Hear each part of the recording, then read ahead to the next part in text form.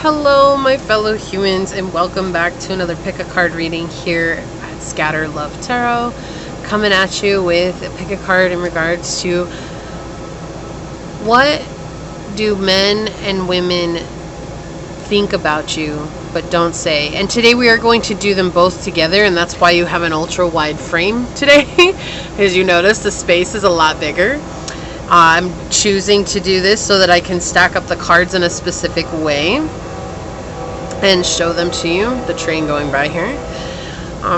So I do want to say thank you to anyone and everyone that has come on the channel, who has subscribed, who has liked, who has commented, who has supported by sharing my videos and just being here and giving me your time and energy. I'm truly honored, and just know how much you mean to me, because without each and every one of you, this channel would not exist. It just wouldn't. And so the fact that you continue to show up, and I have so many return viewers, which is amazing. Thank you so very much.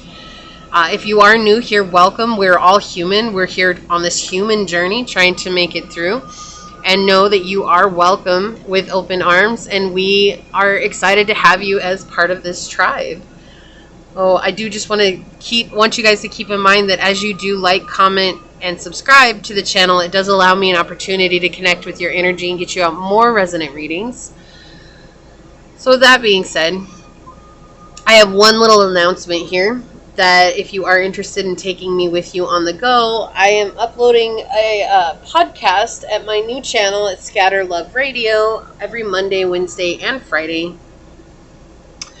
And that is something that you can take with you on the go, where I am very transparent about my own journey, what I've learned on my journey, the tips and tricks that work for me and what doesn't work for me, where I'm just honest about what it is to be human and how I've experienced this human journey myself. And yeah, the episode that is uploaded as of now when this video goes up live is No One is Free from Sin. And this is where I actually talk about my own toxic traits and what it is that I learned from experiencing those toxic traits, and the lessons that I learned in trying to extract revenge from somebody. Honestly, that's really what it comes down to. So make sure you check that out. The link is down below in the description box. But with that, let's go ahead and get your prayer going so we can go ahead and get your reading underway. Oh, that was too quick. Get a good light on it. Give me a good light. Give me a good flame. Burn it up. Proud Mary, keep on burning. Rolling, rolling, rolling on the river. Keep rolling, rolling, rolling on the river. So maybe that resonates with somebody. Do, do, do, do, do, do, do, do, do. Okay. Anyways, perfect. My beloved source, this prayer is for any and all who come onto this video, whether it is for the entire time or just for a moment's time. I ask that you bless them. I ask that you bring them understanding. I ask that you bring them the truth of themselves. And at this time, I just feel like we need to be shrouded in love, because there's this energy going around where it's almost as though we're seeking approval and validation from those outside of ourselves. And at this time, I ask that you give each and every one that needs it the courage to seek within, and to seek this knowledge and truth within, that they are enough in this here, now here moment. That they have all the tools that they need in order to move forward on their journey. That while it feels as though we need the outside approval of others, that this is actually an illusion that we've bought into, believing that we're nothing unless someone accepts us, approves of us, appreciates us, values us, or sees us. And I ask that you show them that you appreciate them, that you see them, that you value them, that you accept them, and that you love them no matter what. No matter the hardships, no matter the suffering, no matter their own toxic traits, no matter what it is that they've experienced, done, said, or witnessed in this life, that there's no burden too great or heavy that would make you say that you don't love us. And I ask that you show this truth to each and every one on these videos. And no matter what name they call you, no matter what word they place on you, that this is the highest power of all. The power that created us, the power that let us be life and living. And I ask that this is given the truth to us now, in this now moment.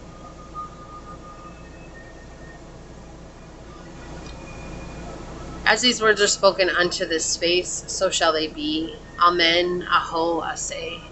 Thank you, thank you, thank you. Now that we have ash on the table, whoa, hello. Are you going to stay over there? You get that off. Put that on my burner. Okay. It's weird to see that the frame is so wide for me, so I'm actually going to do 2 cards today for your oracle, but we're going to do 2 different ones. Because I just love these, but I just feel like I'm just supposed to do these. So for men, we're going to do my Divine Animal Oracle, and for women, we're going to do the Earth Magic Oracle. And each pile will get 2. So, oh, they want me to shuffle. Okay. Let's give it a shuffle.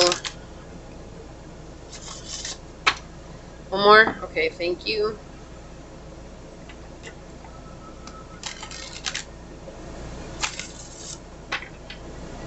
Alright, source, for pile number 1, what Divine Animal Oracle will help us understand how men think about pile number 1 but won't say? Thank you. For pile number 2, what oracle card will help us understand what men think about pile 2 but won't say? For pile number 2, source, what oracle card will help us understand more about what men think of pile 2 but won't say? Thank you.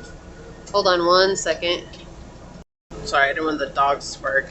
Okay, so for pile 3, source, what oracle card will help us understand what men think of pile 3 but won't say? It's that one right there. Thank you. Then we have 44 truth coming out on the bottom of the deck here with Jekyll. That's awesome. What an awesome energy to come through. So let's give these a shuffle.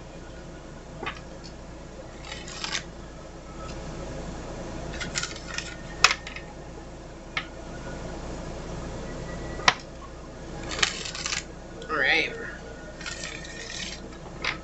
So source for pile number 1. What Earth Magic Oracle will help us understand more about how women see pile number 1 but won't say? Or what they think of pile number 1 but won't say? What oracle card will help us understand what women think of pile number 1 but won't say? Thank you. What oracle card will help us understand more for pile 2? Thank you. And for pile number 3, source, what oracle card will help us understand what women think of but won't say? Okay. And on the bottom we have activation. Yeah, so there's some sort of truth that's being activated. Just a quick thing here. So we'll see how that goes. Okay, so for pile number 1, we do have this shard of amethyst to choose from.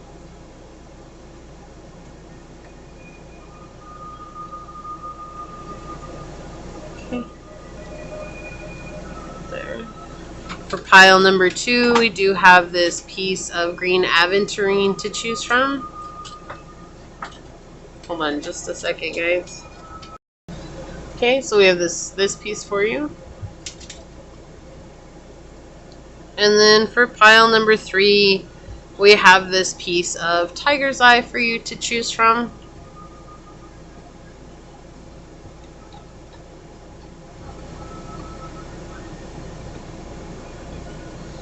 Okay, move these over here.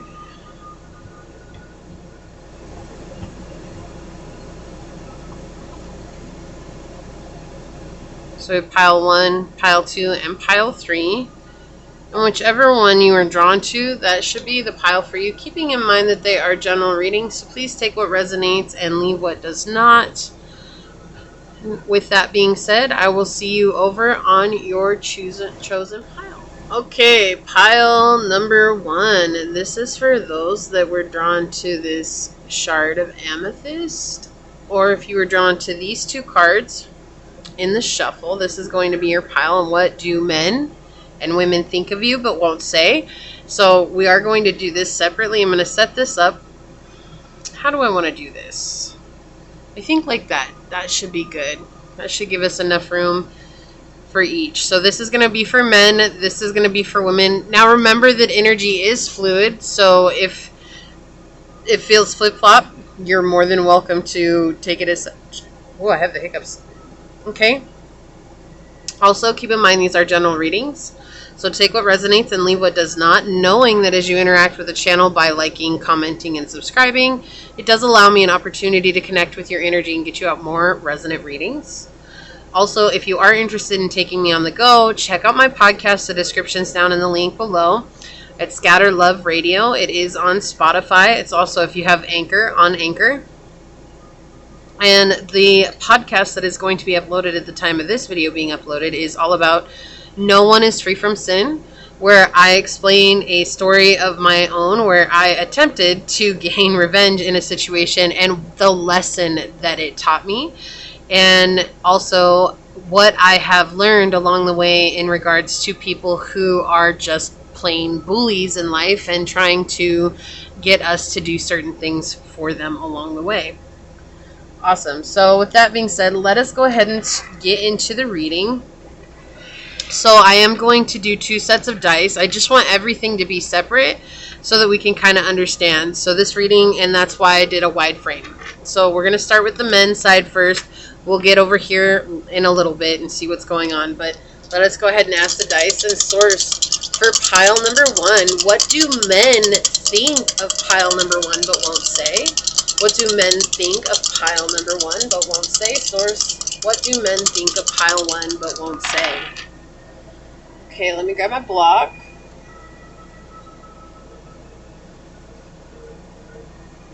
Okay. So we've got the 4th house. We have Libra energy. And we have Pluto. Okay, let me see. I'm going to bring that right here so I can see it. Alright, so what do men think about you? Well, they think you're very homely. So you could be a homebody. You could definitely do a lot of things at home. You could be really concerned about your family all the time. This could be energy of really just, I don't like to go out and do a whole lot of things. Like, I like to stay at home. I like to have a good time at home. I like to do what I like to do at home. And that's it. Also, there are men who believe that they can build a home with you. They feel like they could build a stable home. There's like some sort of foundational energy coming in through here. When we have Libra energy, that is profound relationships, connections. It could be contracts, marriages. Could even relate to divorce. So there could be, it just depends your situation, okay? It really depends on your situation. But they do see you as relationship material.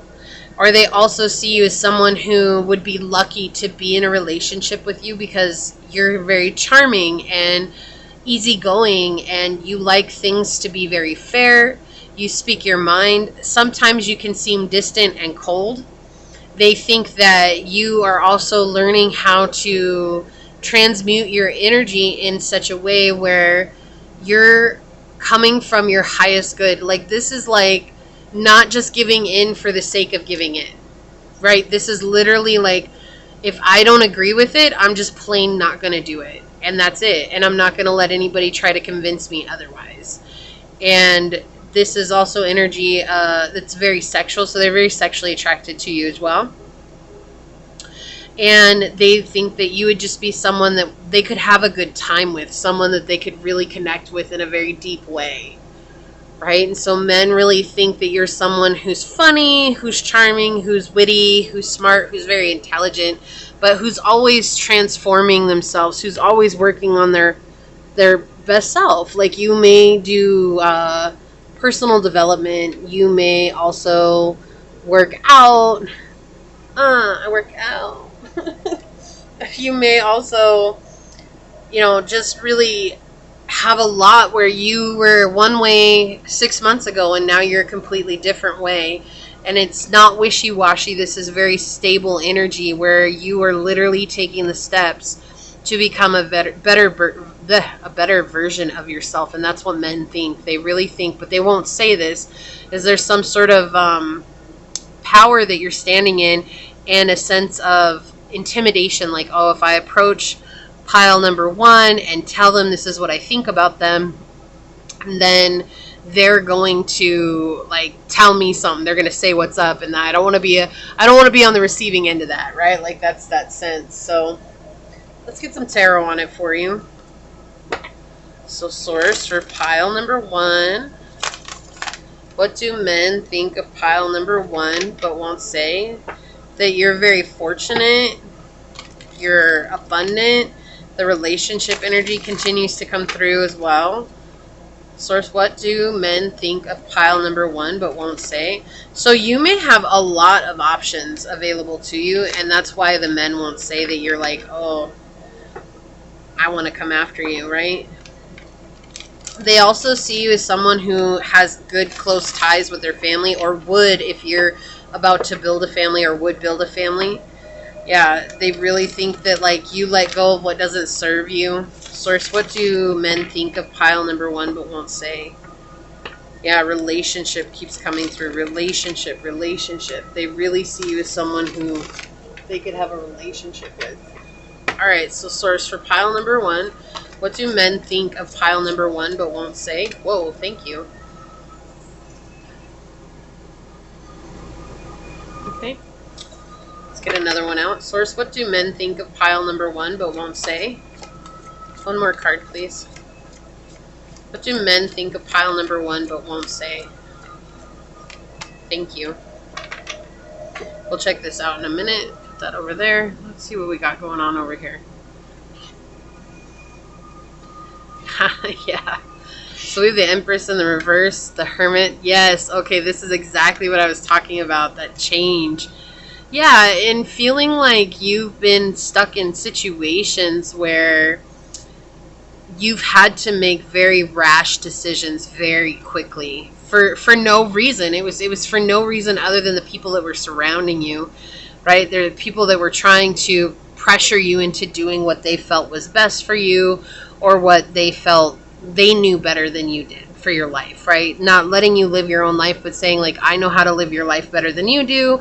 Let me tell you what you need to do. And so there's this sense of change that's come here with the Hermit. We have this looking into your own actions, looking into your own self, looking into the betterment of self, right?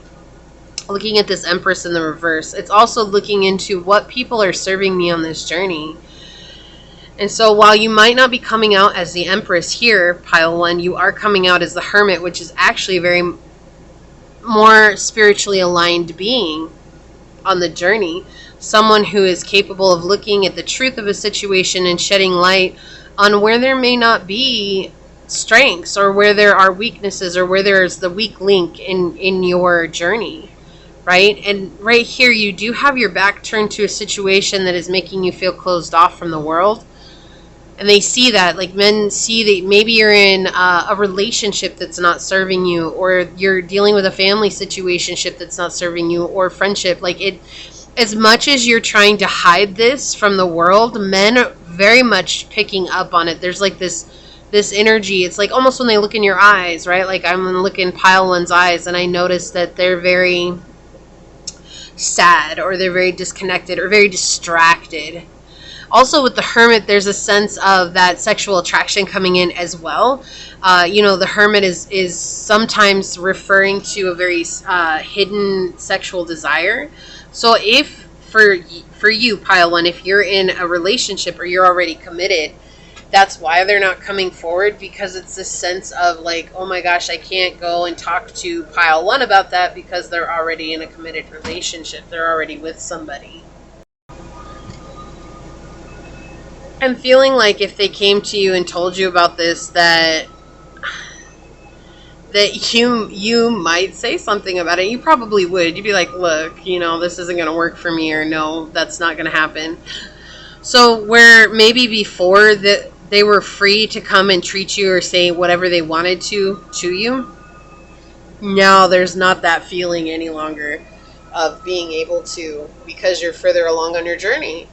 You've overcome being the Empress, and now you're into this place of becoming the Hermit. And, on the journey, when you look at the Fool's journey, he starts out at the Magician and makes his way up and getting essentially all the way to the world, right?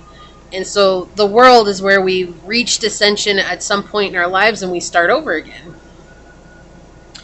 And so the Hermit, being the number 9 card, is showing that you're about to come into this place of having fortune in your life, but it's all because you've looked into the past at your own actions. Back over here with what we were talking about, there's someone in your energy field, and this is something that they may see. This could be a coworker, a colleague, this could be a schoolmate, this could be somebody in your energy that is creating a lot of havoc and a lot of disrespect around you. And men see that, and they see that you're really trying your best to heal from your past, and that way be able to face this head on. You know, it's like being able to move towards freedom from being stuck, and whether that comes from the past situation or whether that comes from just, honestly, this feels like spiritual defeat. It feels like they've seen you be defeated in some sense of the word. It's like maybe you couldn't help but have to share some aspect of your life. This could be one person around you, or it could be a group. But you had to share some aspect of your life, and in sharing that aspect of your life, they just realized how strong you are and how amazing you are and how you're able to overcome it. But there's this feeling of being cut off from the world right now, and it's like almost though men believe that you're, instead of just taking that Hermit energy and really learning from that, you're actually in this place of solitary confinement where you're just like cutting yourself off from the world. But I don't feel like it is solitary confinement. I really feel like you're choosing solitude over this other energy, because it's like you've been in a situation where that hasn't worked out for you, right? You've been in that. Yeah, and so sometimes they feel like you're your own worst enemy, and they're not going to say that. Like, they feel like, you know, you get too easily distracted by things that seem unfair. Not knowing the whole situation. Remember, this is what they're thinking, they're not saying. So men believe that you get too easily distracted by things that seem unfair. And so instead you just pour into other things, trying to control outside things and repress that energy. But with the Hermit at the center of the reading here, we see that you're making progress, even though it's slow. Even though it's slow progress, you're still making progress. And that's okay, right? Like that, we can't be 100% all the time. Like, that's just not going to work. That's not how it works like that. So let's get some other cards on it. Source, can you please give us some more clarity on how men see pile number 1 but won't say? Yeah, there's this sense of like you were defeated in the past, and this could be past energy too on the bottom of the deck over here. This could be past energy, and now you're coming up into the space of really being able to rely on your intuition, where before you're just relying on how things made you feel. Especially with the Empress in reverse, you know, she's the mother of the zodiac, and so when we think of mothers, it's that very nurturing, feeling type of energy. And being in the reverse, it's like trying to protect some aspect of yourself from exposure, right? And now knowing that you have to expose this part of yourself to yourself in order to move forward from it. Thank you, Source. Oh, my ear. Yeah, they want to have a conversation with you. Like, they do want to have this conversation with you, but they're scared. Look, and we have the Hermit coming out again. That's why there's like this energy of being independent and being capable of doing things alone and feeling like they're not needed. That's what men see, and they see it and won't tell you, right? They see you as being so independent, and they don't have a place in your life. And they feel like if they were to come forward with this conversation where it might be really intense, you're also going to send back fire on them, because it's not going to be what they want it to be. And they worry about this. They worry about this because they're losing control. There's a lot of men that are losing control. They're constantly thinking about you, thinking about what it would be like to have you in their life, but not wanting to share you with others. And so this could be one person, but this does feel like a group of men who really believe that they have some sense of entitlement to your energy. Yeah, they see you as somebody who's sharing. You like to, when you get something, when you're rewarded for something, like, you like to celebrate with others because of that. It's like a big thing for you. You know, and so they see that, like, that's that motherly energy coming out again. Like Let's all participate in this. Let's all feel the goodness of this. Let's all experience this, because this is what it is. It is an experience. It's meant to be shared. They see you as someone who's very diverse, is the word that's coming through here. They won't say this, though. They won't say this. I feel like because they won't say this, they also are jealous that they're not invited to celebrate things with you. Yeah, they see you as somebody who's not really ready or willing to give love. It's not that you're not a loving person. You're just not in a position or a space where you're ready to really put your heart out there. Like, this is more about, like, I'm learning about myself. And so this is what they see. They see you as not, like, there's some sort of blockage there. There's some sort of boundary there that they're not crossing. And that's why they're not coming forward. So where maybe you in the past were getting offers from men left and right. And, you know, it doesn't have to be just sexual offers. This could be also friendship offers or hangout offers or anything. Just an offer, whatever that means to you, an offer. You could have been getting offers all the time, and they were just saying whatever. Like, they could distract you from your life, and now they're not able to, and they're kind of like, well, what do I do to gain pile one's attention again? And that's what they're saying. Like, if I say something, they're just going to go back into this hermit mode and not give in. And they're the ones that are having success, and I'm over here worried about it. Yeah, you're so strong. Didn't I say that? We have strength coming out here with the Ace of Wands. And look, we have the Ace of Wands here twice, okay? Like, this is that energy. They see you taking action in your life. They see you having this strength about you. They see you being able to lean into your truth and not worry about what others are thinking of you. They see you gaining clarity on something in your life that was once holding you back. And that's why you've chosen solitude. That's why you've chosen that. And so it's like, where they see it as you being your own worst enemy, it's like others can't help but notice that it's this whole reason of you taking that, where once they were like, oh, well, they won't invite anybody in. They just won't let anybody get close to them. Now they're seeing, like, oh, actually pile one is reaping the benefits of that. And they don't want to say anything about it, because it's almost like opening foot and inserting, or opening mouth and inserting foot. Like, that's what it feels like. So maybe they said some things behind your back, you know, especially with this Four of Swords here. You know, it could be they were saying stuff behind your back. And now the things that they said behind your back, it was like, oh, like, you proved them wrong, and they really can't take that back, right? They can't say, oh, well, I didn't really mean that. Because when they said it, they meant it, right? Of course they meant it. That's absurd. Of course, why? You wouldn't say it unless you meant it, right? And so that's what's coming through here. So let me get some oracles out for you for the men, and then we'll go and move on to the women. Whoa, that one came out fast. Yes. I love that that card came out. I love that that card came out for you.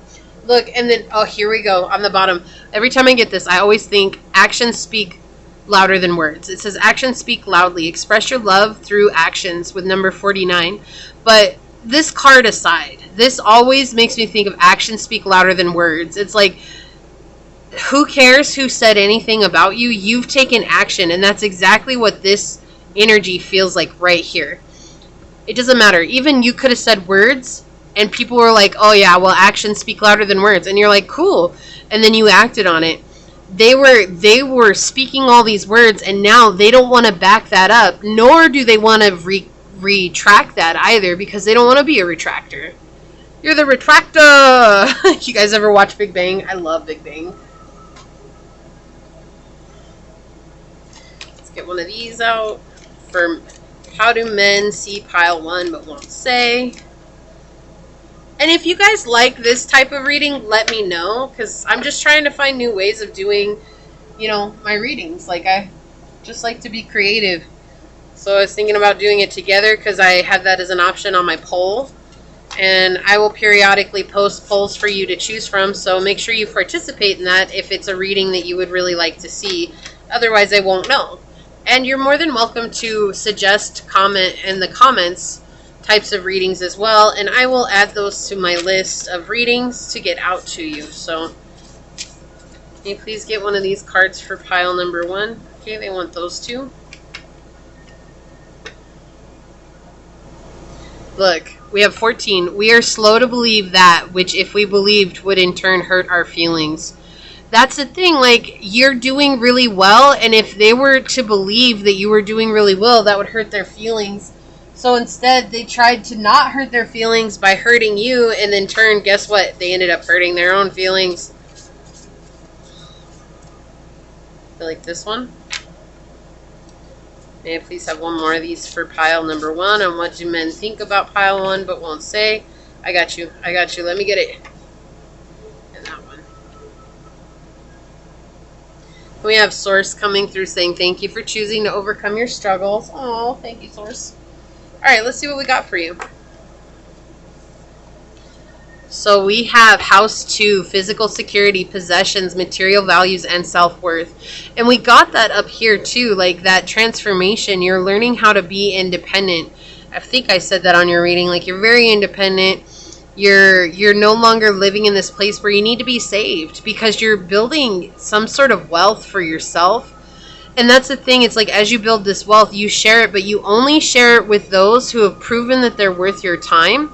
And that's scary to some of the men that are around you, because they also had some negative things to say about you.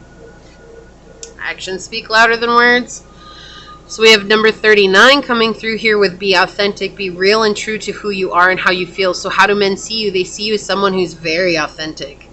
And there are some here, okay, now don't take this as all the men are saying this, because that's not the truth. There are a lot of men here who would like to really woo you, but they feel like you're out of reach. Like, they just feel like they're on a different world than you. Like that whole men are from Mars and women are from Venus. And it doesn't matter if you're a man too on this. Like, they just feel like they want to have you as a friend, but they can't even reach out to you. They can't even connect with you, because they just feel like you're in a different realm than they're at. And it's like, they see you as someone who'd be willing to spend a lifetime with them in their life, with giving them advice, helping them, being there for them, supporting them, and they would love to do that for you as well. But you're so authentic that they know if they show up in an unauthentic place, that you would not let them be a part of your life. And that's absolutely a fear here. And see, we have the sun growing behind this image here. Right? You have the sun here, and you have this energy of just taking things alone. Like, you're doing it all alone. Like, you're following your calling, and you're doing what is necessary for you, right? And it's like the sun is shining on you, and it's like you're being led down this path, and the path looks like it's not supposed to be tread on, but you're treading on it, and you're making something from it. And so they see you as somebody just like as a way shower. Yeah, the farmer. I enjoy being of service to those who deserve it. Look, and what was I saying? Like, you want to share your possessions, but only to those that have shown that they're worthy of your time and attention. Exactly, to those who deserve it. You're not just going to give willy-nilly to anybody. So we have number 29, forgive, not only because of your compassion, but because you value your happiness above all else. So if this is somebody that you personally know, forgiveness for you is important. And I feel like this is also this person is trying to learn how to forgive what they've done to you, because they see you as someone that's super compassionate. And it's like, wow, you know, they found happiness in places that were unexpected. How do I do the same? And then we have number 10, I won't love a ghost for the rest of my life. So this could be them saying that to you, but I do feel like, again, that sense that a lot of men don't approach you. And it's like, how do I know that you're even interested in me if you won't even approach me? Like, I'm not a mind reader, right? Psychic does not make us mind readers. Like, let's just put that out there. A lot of people are like, oh, but you're psychic. No, okay. I can tell when somebody likes me, but that doesn't necessarily know I know exactly what they're thinking. And sometimes I do have telepathy. But again, at the end of the day, they're very instant moments. It's not something we're continually in, this energy that we're always in, right? And so that's the thing. It's like, if you're not if you don't have that ability, you're not a mind reader, right? You don't have telepathy, and that's fine. It's not something, you know, some people are given the natural ability to it, others develop it. I just have developed it because of my intuitive gifts and relying on my psychic mediumship for the cards. It's something I exercise every day. And so you have this energy where it's like you're like, hello, if I don't know, I don't know. So you're gonna chastise me for this. But at the end of the day, it's like, if somebody has ghosted you, you're in this energy of I won't love a ghost for the rest of my life. And that's the biggest thing that they fear here, is that you're going to walk away and they're not going to have an opportunity. But at the same time, they're too afraid to come forward and try to spark a conversation with you because they just think you're going to run away back into solitude. So we have hummingbird, messages from source that you are healing. So they do see that you are healing. They also see that you're drawing closer to your higher self, whether that's your intuition, your soul's purpose, to source, to your angels, your guides, whatever it is. This is something that men see, but they're not going to say. Again, they don't know how to bring that forward, right? And then nothing feels better than this. Yeah, there's definitely a group of men here who really want you in their life. Nothing feels better than your energy. They're just drawn to you naturally, but there's this fear of saying something because, oh my gosh, it's like almost like, what if I say the wrong thing? And so it's like, I better not say anything, because if I say nothing, at least I won't say the wrong thing. But saying nothing leaves you full of regret, right? It's better to say the wrong thing than to say nothing when all along all you wanted to do was say something. So a lot of men, they secretly think the world of you, but they don't want to come forward because they're too scared that you're going to bite back, right? You've learned to set strong boundaries, and now they don't know how to approach you. Like, and that's okay. It's nothing you did. It's nothing you did. It's just people either grow with you or they vibe out, and a lot of these energies are vibing out. That's exactly what they're doing. They're vibing out, and so they'll choose to stay in silence. They'll choose to stay in silence because of their own situations, and then they lose out on the best thing that they've had because you're healing yourself and they're not. Boom. What do men secretly think of you but won't say? Look at this. We have fear, hyena, number 38. 1212 came out twice in your reading here, okay? So we have this energy of moving from fear to abundance. This is what you're doing, okay? They see you healing. They see you becoming a very abundant, independent person, and you're no longer stuck in this old place where they could just do whatever they wanted with you, right? That's what I'm saying. And it seems cruel. It seems ruthless. Like, why would they just want to stay in that energy? It's because they deal with a lot of people in that vibratory energy where they can just act and be however they want, and they don't get called out on their things or called out on their own toxic habits. But you wouldn't do that. You would call them out on their toxic habits. Why? Because you're no longer in this place of fear. Oh my gosh, am I going to lose you? Because you see a world in bright colors. It's no longer in black and white. It's in this beautiful colored place. It's in this beautiful like view. You see everything around you. And so men are there now. They see you as someone to fear, in the sense of being bit. Like, that's the thing. It just, I keep hearing that I'm going to be bit by pile one. Like, if I say anything, I'm going to be bit by them. Like, it's not going to end pretty, right? Okay, so let me move these over. Let's get into what women think of you but won't say. And we'll ask the dice again. And we'll check this out. And so you'll have a whole nother spread over here to check out. So source, what do women think of pile one but won't say? What do women think of pile one but won't say? So we have 7th house, the moon, and Capricorn energy. Okay, you're very determined. You're someone to be in a relationship with, a friendship, a connection with. Like, you're the person that knows some people, that knows some people, that knows some people, right? And they want to be a part of that. All right, let me see where that's good at. Yeah, and they see you. I feel like that's not going to stand. Okay, there we go. I hope you see that okay.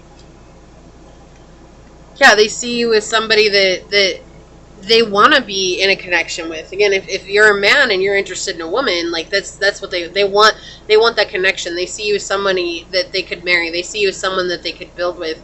If you're a woman who's not interested in women, okay, and if you're a woman who's interested in women, the same applies for you, okay. But now let's move on to women who are not interested in women, okay.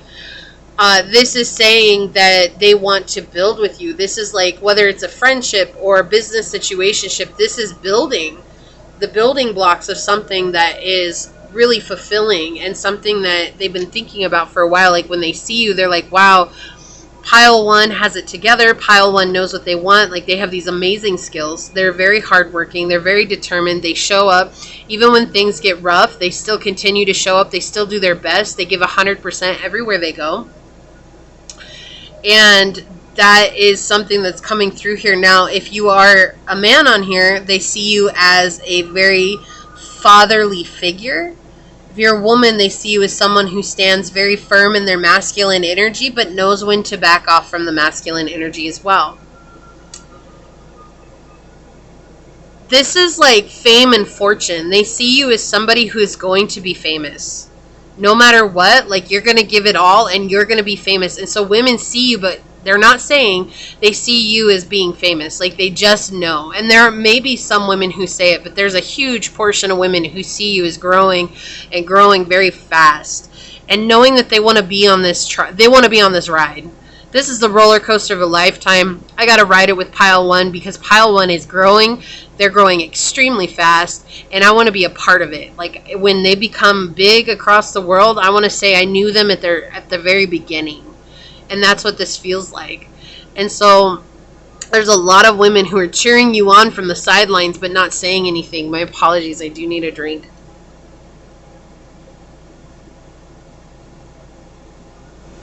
I feel like I'm talking so much here.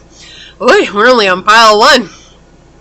Okay, but they really admire you and they really think that you're an amazing individual. They also see you, it's like interesting is seeing you as this balance, because we have very masculine energy here with Capricorn, but then you also have very feminine energy here with the moon. And so they see you as somebody who's very well balanced, and you have this beautiful aspect between masculine and feminine energy. Again, that flow, you're able to flawlessly go between your very masculine energy to your very feminine energy. It's like you know when to receive, but you also know when to put your head down, your nose to the grind and work. And so that's why a lot of women would like to build with you in any aspect. They would like to build with you, family, business, situation, friendship, whatever it is, they would like to build with you. So they think that you're somebody who's going to gain a lot of fame and fortune, and they just really want to be a part of it. Like that's the thing that's coming through the most here, is they just really want to be a part of that. Okay, let me see here. Let's put this here. We'll check out your oracle at the end. I believe I have enough room for 3 cards there. Let me shuffle these. We're just going to do the same decks. They see you as somebody who, the reason you're so stable and independent is because of failed relationships. Like maybe you've had friendships that haven't failed, and so instead of working on your relationships, you've gone off and worked on your business. You've gone and worked on your work ethics. You have built something up for yourself because you dealt with a lot of misguided emotions and people who betrayed you, people who let you down, people who have just tried to stick their nose where it doesn't belong, you know. And you inspire a lot of women. You inspire them to be a better version of themselves, and so they secretly watch you, wondering what it is that you'll say next that will help them on their own journey. And where they might not give you credit for it, they still appreciate you every day for being in their lives. And that might be frustrating to you, pile one, because like, well, why not give me credit where credit's deserved, you know? And it's just because this is just, you're giving them a way out, and they might not say anything, but they do appreciate it. Like, this is a very secret appreciation. And sometimes people get scared. Like, they get scared to say anything. Like, they get scared to give love, right? Because they don't know how, or they're learning, or they're still learning to be kind and giving. And so that's just something that's coming through. What do women think of pile one but won't say? Thank you, Source. What do women think of pile one but won't say, Source? Oh, okay, thank you. These wanted to come out this way. Let me see. Do they fit? Oh, please tell me they fit. Okay, they fit. Alright. It's on the bottom of the deck. Yeah, so they've seen you be tricked by people, okay? And they've seen you, and it's just like feels unfair. This feels like an unfair situation, yeah, with this truth coming through here. And they've also seen you overcome being tricked by people. They've seen you go through really bad situations and overcome them. And we had that with the men too, right? We had that energy with the men where they've seen you go through energies, but different viewpoints, right? Where men want to be a part of that. It's like women want to just cheer you on from the sidelines because you give them hope. And sometimes the ones that are the most quiet, the ones that don't get celebrated the most, are the ones that actually become the biggest inspirers and the biggest inspiration in life, because they're the ones who just, no matter what, you just know this is what you're meant to do, and so you keep climbing, you keep going, you keep moving, and so that's what's happening here. Yeah, okay. Let's see what we got going on here. Look at that. You're intuitive, you're knowing. The moon again. Yeah, the moon is a very, very highly prevalent. Is that the right word? Anyways, it's a huge energy in the reading for the women, which is interesting because that's also depicting the wounded mother, right? But here we have the healing, the plumbing of unconscious beliefs, letting go of toxic habits, letting go of patterns. So if you're staying away from men for purpose, and you are somewhat vocal about that, women actually find that very inspiring, because it gives them hope that they don't have to have a relationship to be validated, right? Because there's something about red flags coming through here with this Nine of Swords in the reverse. Like, what point you don't see red flags? Like, there was one point in your life where you couldn't see red flags. You couldn't see where things weren't serving you. You couldn't see where things were just really bad or a really terrible situation. You weren't picking up on the signs, but it's because of that actually made you very intuitive. These two cards together, this is deeply intuitive. This is deeply psychic. Okay, this is very psychic energy here. Being able to see beyond the veil. You are now capable of understanding what people's intention for you is, even before you get to know them. Like, immediately your intuition is popping off. It's like, oh, this person has malintent for me, this person has good intentions for me. And so that's what they see. They think about how strong you become, but they've seen you grow intuitively and psychically through a period of time. And so women are very inspired for you, but they're not going to say this. They're not going to say how intuitive you are. They're not going to say how inspired by you they are, because it's like they just want to keep growing. It's almost like this, you have like a, what is it, the groupies? Yeah, you know, in the bands, is that what they're called? The groupies, the bandies, or whatever they are? Yeah, it's like you have a whole set of groupies that are just they're in the distance. They're in the shadows, because they don't want people to know that they're growing. It's almost like you, like they just very secretively want to grow. And they like the fact that they're changing. They like that they're seeing change in their life because they're following you. But then it's like I said, when you pop off, they're going to be the first ones that come out. Like, I've been there with pile one since the get-go, and because of pile one, I've changed my life. Yeah, look, the confirmation with the train horn and my Instapot going off right now. Just this energy of being able to stand in this power. It's like they wish they could be like you, absolutely, but they know that they have to embrace their own gifts and their own journey and their own energy. And when they embrace that, then they'll be able to find out what their own gifts are. They'll be able to find out more about themselves. But they've seen you grow. They've seen you go from a situation where, yeah, you brought balance into your life. You've learned how to love yourself.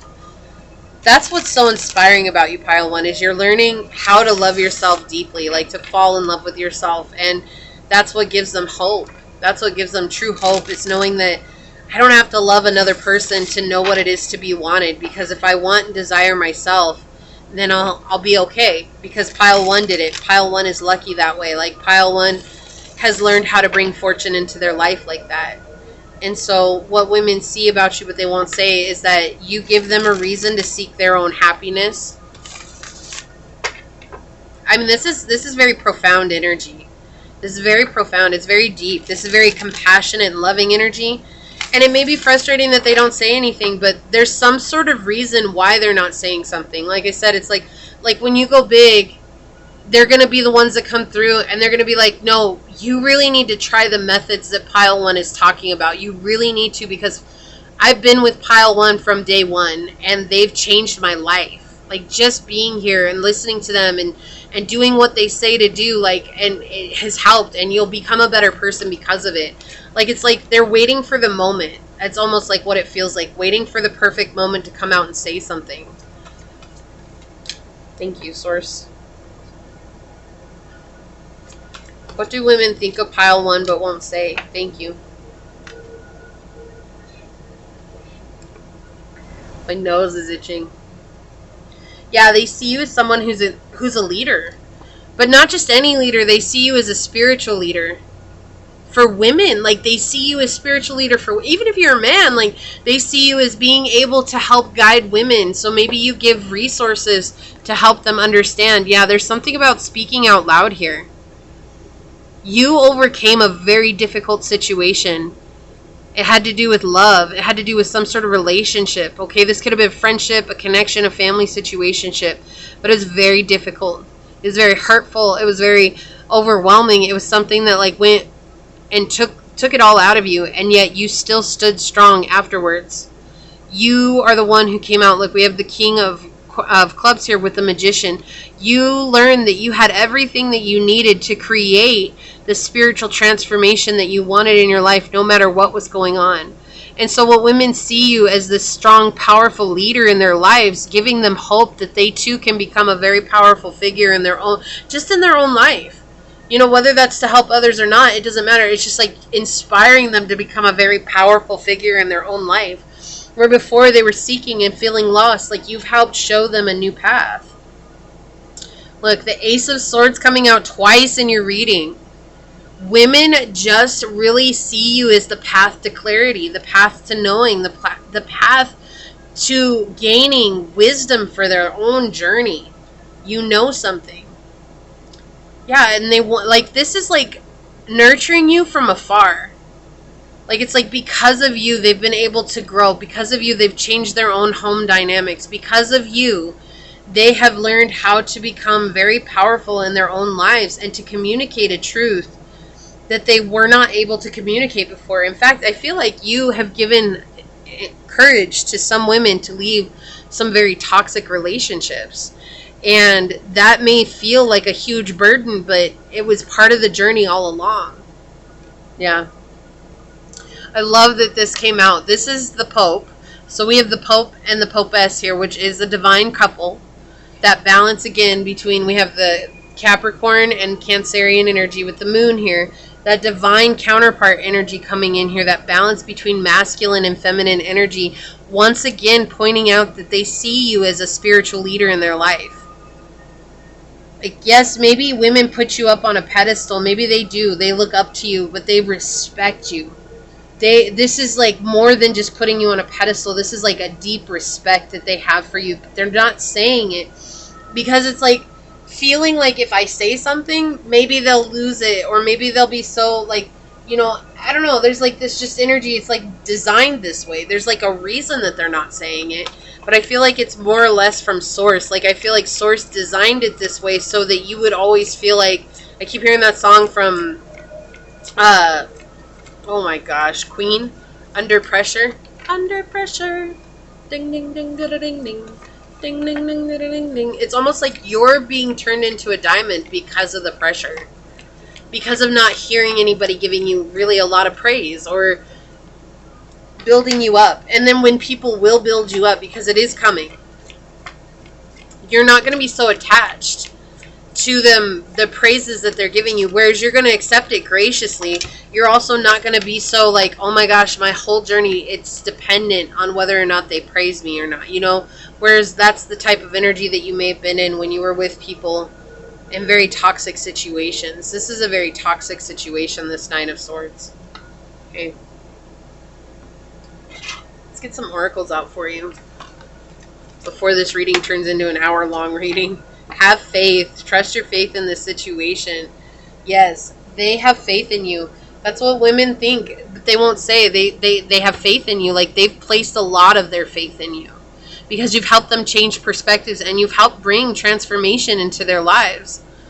Like, you're the leader here. Like, look, she's this fairy with the butterfly wings, but she's also got all these butterflies on the string. Like, they feel an attachment to you. They feel like, not a bad attachment, this is a connection. They feel a connection to you that they're able to change their lives because you did it first. Like, you experienced this. You were able to go through it. You were able to make it through and survive, and you're okay, right? You've given them hope in hopelessness. What a powerful reading for you, pile one. Like, seriously.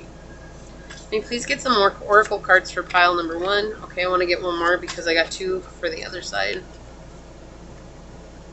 Okay, well, they want those. Wow, that was a lot. We'll see what they are. Courage is fear that has said its prayers. This wanted to come through with number 22, a master number for you. Okay, this one wants to come out. It just fell out of the deck when I picked it up. And that one. Okay, thank you. Look, we have study ancient wisdom. You'll begin to find your own answers. I feel like this is what you give to women is ancient wisdom. Like you're just passing on the knowledge that you receive from source, but it's something that really resonates with them. Oh, and then we want to get one of these. I almost forgot. It's okay. I thought, if we said, whoa, just one. There's a reason. That's all I heard. There's a reason. Okay. Now I'm hearing that song Reason by Hoobastank.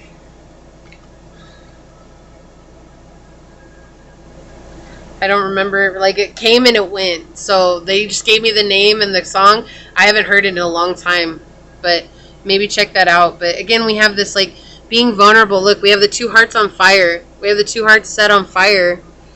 And it's like you're being vulnerable about your situations. Like, you're opening up. And this has brought a lot of change in for you. And it's actually helped them learn how to bend their own reality. That's what this feels like. It's being able to bend reality for themselves, being able to do things differently. But look, we have this. This looks like a house to me. It's like it has to do with home situation, especially with the Cancer energy with the moon, right? It's like that home energy, being able to do something at home that makes a difference on the journey.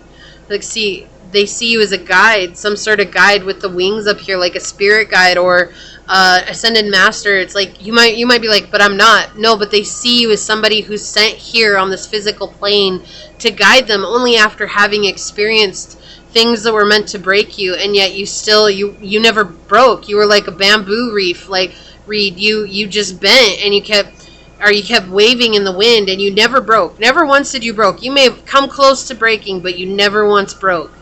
And that gives them hope. Look, we have 19, the uniter. I know love has come to unite me with my beloved. So you're giving them faith that they'll be able to connect with somebody that they're actually meant to be with. Like I was saying, like if you're a man, you're giving women like very wise relationship advice. And if you're a woman, you're sharing your experiences and reminding women that a relationship doesn't make you, it doesn't make or break you, right? What's this? The contortionist, number 50. I resist those who would have me bend to their will. Wow, that is so powerful. And that's the thing, you're giving them hope in hopeless situations. Look, house 10. We have Capricorn energy coming out again. We have structure, discipline, life mission, accomplishments, and career. Whatever you're doing, you're on your life mission. It definitely is here to help women. Like men, that's why men may be afraid to approach you, is because you become so strong with your relationship, your situationship, and your main goal is to help women not experience the things that you've been through or had to go through. Or maybe you've had family go through those things and you've learned some very powerful lessons because of that. And so that's what is coming out here. Now, you got a lot of these oracle cards. We'll just go through them real quick. This came out for the men's side. You saw we are slow to believe that which if we believed would in turn hurt our feelings. So you're teaching women to not go based on what they're feeling, but rather what they're seeing. And that's what they see, but they won't say.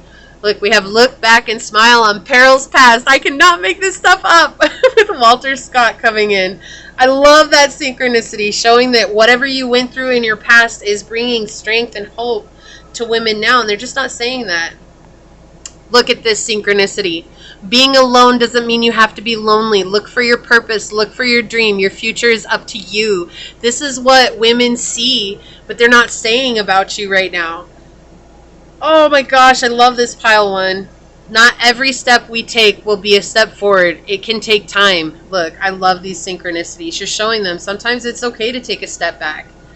They see that it's okay to take a step back because of you. They see that it's okay to be different because of you. Like you're giving them permission to do things differently. And that's what they see. That's what they think about you. They're like, oh, pile one is giving me hope.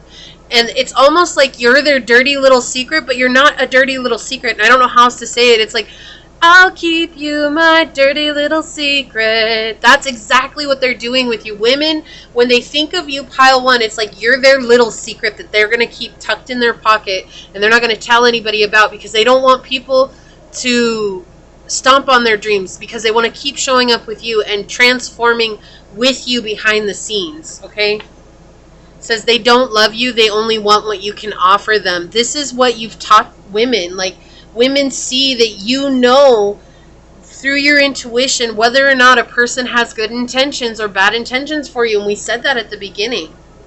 Open your heart to love. Whoa. Whoa. Whoa. Whoa. Pile one. Whoa.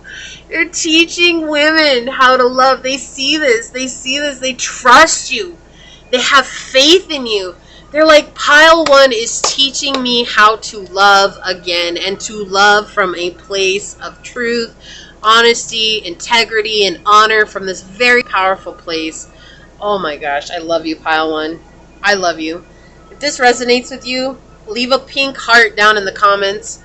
That way we know, all the pile ones on this channel, I'm just honored to have you here. How incredible. Look at this. Mountain and strength. Woo! Should we do that where they... You know, honestly, pile one, this is what women think about you. You are strong. You are unbreakable. You are someone who has come from the bottom and now you're rising to the top.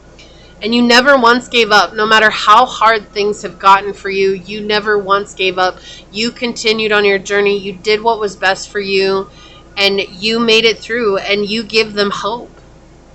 They won't say this because, again, you're their secret. Like, you're their, like, it's almost like you're their secret weapon in life.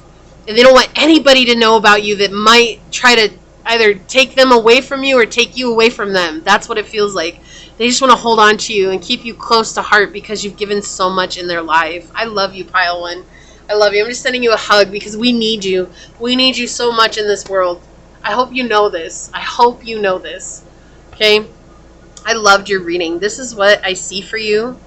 If it did resonate with you, leave a thumbs up. I do just want to take a moment to thank your guides, your spirits, your spirit messenger and source, and my guides for coming together and giving us this message. And with that being said, I'm going to go ahead and get on out of here. But until next time, stay human. Bye, pile one. Hello, my fellow humans that were drawn to this beautiful piece of green aventurine, or if you were drawn to these two cards during the shuffle, this is going to be your pile in regards to what do men and women think of you but won't say. I'm going to do this setup a little bit differently, so it will be in two parts. We are going to have the men over here and the women over here. And also keep in mind these are general readings, so take what resonates and leave what does not, knowing that as you like, comment, and subscribe to the channel, it does allow me an opportunity to connect with your energy and get you out more resonant readings. If you are interested in taking me on the go or learning more about my own journey and the things that I have experienced where I'm transparent and I talk about the tips and tricks that I've learned, please check out my podcast, where you will find in the description box the link to get there through Spotify. It is also on Anchor if you have Anchor. And that is where you'll learn all about me and those things that I've gone through. So today you will learn about none are free from sin.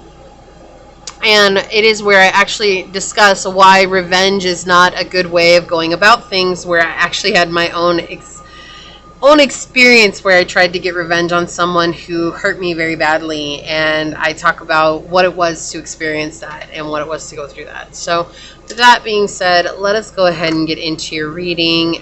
We are going to start with the men's side and find out what does the men think about you secretly. So let's start with the dice. So source, what do men think about pile number 2 but won't say? What do men think about pile number 2 but won't say, source? What do men think about pile number 2 but won't say? Okay, so we've got 6 Taos, Pluto, and Virgo energy. You have a very nice body. Whether you're very muscular, very masculine looking, or very feminine and lean looking, you have a very nice body, and it's something that you've worked hard on. It's something that you've worked to transform. You have definitely gone out of your way to focus on your health, and so men think that you are very beautiful or attractive, but they're not going to say something, whether that's from embarrassment or just it highlights the fact that they themselves have not done anything with their own journey or whatever it is. They just don't want to say that. So there is an aspect of being attracted to you because of your physical body. But also they do see that you are someone who's very easy to work with. You are someone who will always set up a plan and make things very simple for them to show up. Something they do appreciate, but they're not going to say. Just sometimes it's hard to give credit due where credit is due, and it's just because a lot of people don't experience that themselves, and so they have a hard time giving that back to somebody. They also see you as a very masculine energy, like someone who sits very highly in their masculine energy and isn't afraid to take action when needed and use that action to transform a huge number of aspects in your life. And it is something that they do think about and they notice about you, but they're not going to say out loud. So let us get into the cards. I'm not going to take as much time with you as I did for pile 1, and that's nothing against you, pile 2. It's just that I don't want this video to be extremely long, and if I do, it's going to be extremely long. But that's the gist of the dice. Let's just get into the cards and find out what the cards say. It's all been super synchronistic, so I assure you yours will be as well. So they're talking about you being able to set boundaries as well. So that's probably why they're not going to say anything, is because you set very firm boundaries. So if you're someone that they're very attracted to, like you have very clear boundaries, that this does feel like with Capricorn in the 6th house, this does feel like men that you work with.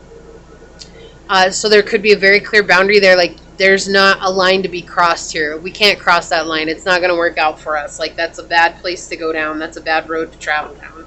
So there's some very clear boundaries, especially emotional boundaries here. So source, what do men think of pile number 2 but won't say? They do think that you're very well off, like you have a lot of money in the bank or whatever. Even if you don't, like you just appear that way to them. They feel like they can't take care of you, or they want to be you, right? So, and that's kind of like a conflicting energy that's coming through. Because if you're a woman and they're like, oh, well, I want to be pile 2, like that's a very conflicting energy for them, right? This kind of flipped out in a weird way. And but if you're a man, then it's like they want to be you, but it's like also like triggering them because they know that they can't, and there's a sense of jealousy on both aspects, right? On both aspects. But some feel demasculated, and then others feel like hopeless, like, oh, I'll never be where pile 2 is. Like that's never going to be a thing. Like things don't work out like that for me type energy, right?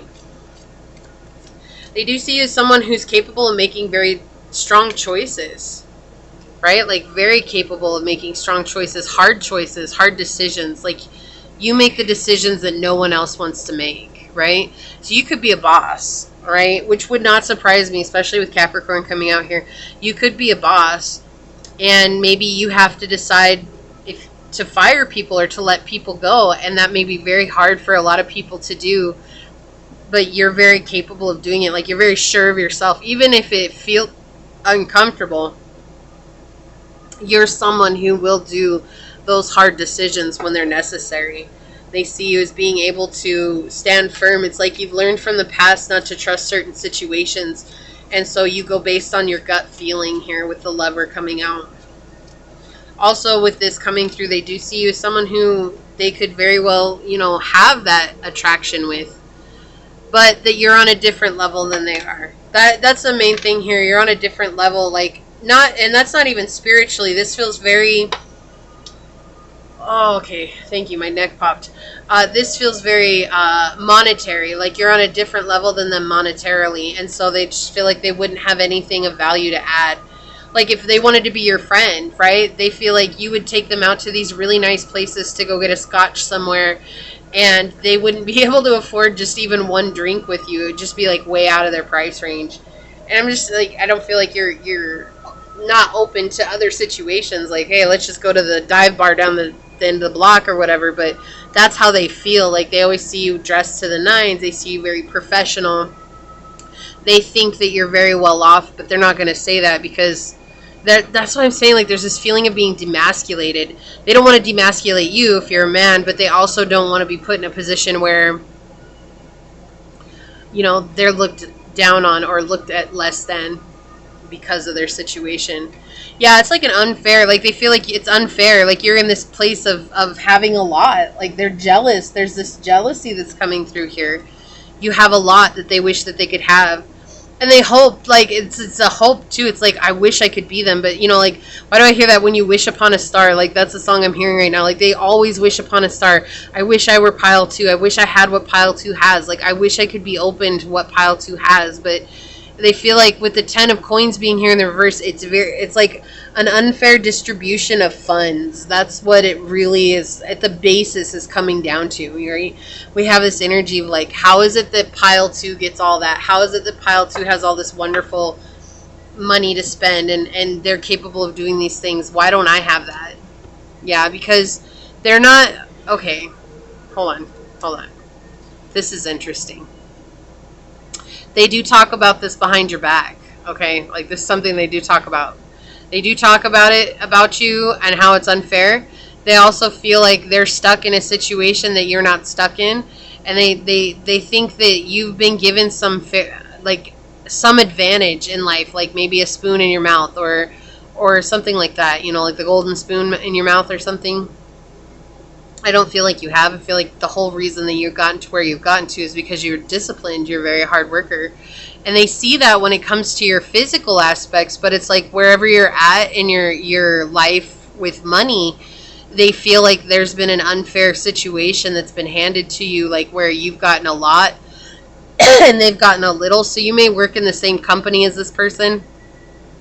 Again, I'm getting coworker energy here, colleague. This could be like maybe your boss. This could be someone who's directly beneath you, like just underneath you, and they feel like, oh, well, I should have the position that pile 2 has. Like, why does pile 2 have it? And they're not seeing that everything that you do in life, you put 100% into. Like, you dedicate your life to hard work and discipline. You're a very structured individual, and you take it very seriously. You could just come across as very stern, as very strict, you know, but you're also willing to make those hard decisions, and that's what they think. They think that the things that you do are easy, but they're not going to say that, because there's also this understanding that if they were to come up to you and say that to you, that they would get an earful and be like, you really think this is easy? You know, I have to do X, Y, and Z. I have to do this. I have to go over here and do that. I don't see you taking on responsibility for these things. And so there's this element of not wanting to put in the effort. They don't want to put in the effort, but they think that for some reason you were given a fair, what is it? A wild card. That's what I'm trying to get at. Like, you were given some sort of wild card in the situation. But literally, the cards are showing it comes down to you being able to clearly communicate with others in a very professional way. This pile feels very professional. Like, you feel like a very professional person. Like, it feels very, like, high rated. You come in, you demand respect. You do not take less than what you deserve. Like, you are very succinct. You are very, you negotiate everything. Even in regular everyday life, everything is a negotiation to you. Like, it feels like that's just how you've learned how to live life. And so they secretly think, though, that, like, maybe that's a skill, like that negotiation, why I'm talking about it. Maybe they think that that was a skill that was just unfairly given to you, that, like, oh, if they had that skill, that they too would be able to have the things that you have. But what they don't see or recognize is that that's something that you've learned just being put in certain situations over and over and over again. Right? This is a skill that you have developed because of the hardships and the situations that you've gone through.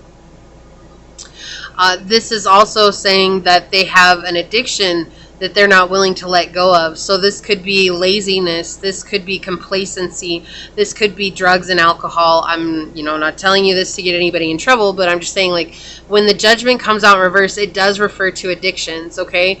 And it's talking about not wanting to give up those addictions in order to gain leverage in their lives. Okay, and that it could be the addiction is just not wanting to do anything, not wanting to put in the effort, not wanting to put in hard work. You know, that is an addiction. Laziness can be an addiction because it's easy to do nothing. It's hard to do something. And with the energy that's coming from you, I know that you understand that. Very much so. This is a very intense reading. Yeah, it's like something about the options that you've been given. Because you're emotionally, you have emotional boundaries that are very firm and stable. Like, it makes them feel like, oh, that you have extra options in life that they don't. And so it's almost like there's an overcompensation feeling here of the men that are around you. Like, they're trying to overcompensate just for having your energy around them.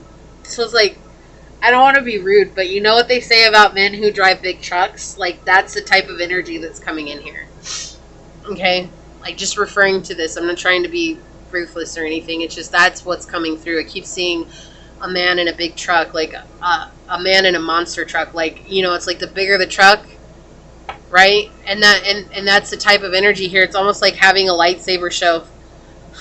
Like, if you're a guy, I feel like the women on here are gonna know what I'm talking about too. But I'm trying to keep it PG, okay? Like, really trying to keep it PG. Wow, sorry about that. That's my light switch. I didn't realize it was so close to the camera. So yeah, it's like you're not playing those games with them. Like, you're not playing those games with them at all. And they are in this place of like, oh no, like I gotta one up pile too for some reason. But they're not gonna say that to you. They think that, but they're not gonna say that. They think that you're the one that's like got lucky, and you know, nope. Yeah, they feel like they're on the outside looking in. Right? Like, this is interesting. It's like more about their feelings than their thoughts, because their thoughts are being directed by how they're feeling in the moment. So their thoughts are changing constantly, right? Their thoughts are, they're going all over the place. But because you trigger such an emotional response within them, what they're thinking is based on whatever's being triggered at the moment.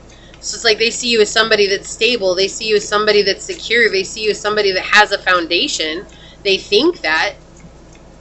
But at the same time, they think that you're not deserving. Like, see how he's wearing a crown here? You see how he's wearing a crown? Like, they think they're the ones that deserve what you have instead. Even though they've most likely not done anything. I don't feel like you're somebody that just took over somebody's position just willy-nilly. Like, oh, I'm just going to step in the way here because I can. Like, I mean, and maybe. Who knows? I don't know. You know, maybe you did. But that's what they feel like here. Yeah. Oh. And then on the bottom, yeah, and see, that's the thing, like, they feel like you're playing the same hand. They feel like you guys are playing the same hand. Like, there's this energy coming through here. It's like, oh, well, I think I know exactly what cards pile 2 has. Right? But again, their thoughts change based on how they're feeling. And so it's like, oh, well, if pile 2 isn't going to show their cards, then I'm not going to show my cards. So we've just basically bet, but we're not going to show the cards, and we're just going to hope that somebody wins, but nobody's going to show their cards. It's like, no. Eventually you have to show your head. Excuse me. Let me leave this out. So we have Justice coming through here with the 8 of Spades, and we have the Popess coming through here. So look, they think that you're very intuitive, but again, that intuition comes based on action. Right, you have this purple and yellow coming together here, which is connected to your Manipura and the crown chakra. Right, the Sahasrara coming through here. And so it's like this action of like being connected to a higher power and being able to take action on that, and not worrying about all the things in between, like just knowing this is the direction that I have to take. And so you're seeing with a different set of eyes, right? You're seeing with the eyes of fairness here. And so they think that you're seeing with the eyes of fairness, but they do think that you're in, like, again, it's an unfair situation. While they're seeing with their eyes, they're thinking at the same time whatever feeling is bringing up. So it's like, oh, pile 2 is, they have an advantage that I don't have. They've been given something that I should have been given. It's almost like you're the reason that they're failing, but it has nothing to do with you. I just want to tell you that, pile 2. I feel like you know that, but it's just a reminder. Yeah, my throat just got all tickly. I almost coughed. This is them thinking that like you're the whole reason that they're suffering, but they're not. They're suffering because they're not willing to take action in their own life. Again, that addiction is coming through here, and so how do they see you but they won't say, or what do they think about you but they won't say? They think that it's unfair. They think that what you've been given is unfair, but you've been constantly transforming all along. They do think that you're transforming. But it's almost like they don't really understand the depth of the transformation that you've been through. They just see something. It's almost like when you cut your hair and people are like, there's something different about you. And you're like, yeah. And if you have really long hair, if you have really distinct hair and you cut it off and you totally change the style, and people are like, oh, hey, there's something different about you, but I just can't put my finger on it. Like, that's the type of energy that's coming through here. Oh, there's something different about you, Pile 2, but I just can't put my finger on it. But it's like massive change with Pluto energy here. It's not like it's like you just, changed your tie. That's not what this is. This is like a literal massive change that's coming through here. So let's see what we got coming through here. Let's get some oracles out for you. That one wants to come out.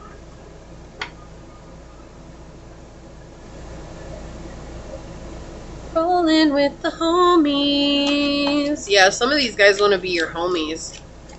They really want to be a part of your crew, but they also feel like if they were a part of your crew, that there'd be some sense of competition between the two of you. Right? Because you're building an empire. Feels like you're building an empire here, and they don't know how to keep up with you. Rolling with the homies. I just got this song in my head. It's from Clueless. Okay. Finding what you should have known all along. Love. And that's interesting that this came out on the bottom when we have love makes a difference. Love helps heal past hurts and provides a sense of security and self-worth. And so it's like you're coming from this place of love because you're healing. Okay? And it doesn't matter, but you're healing. But it's triggering the men around you because, like I said, this feels like a very masculine pile.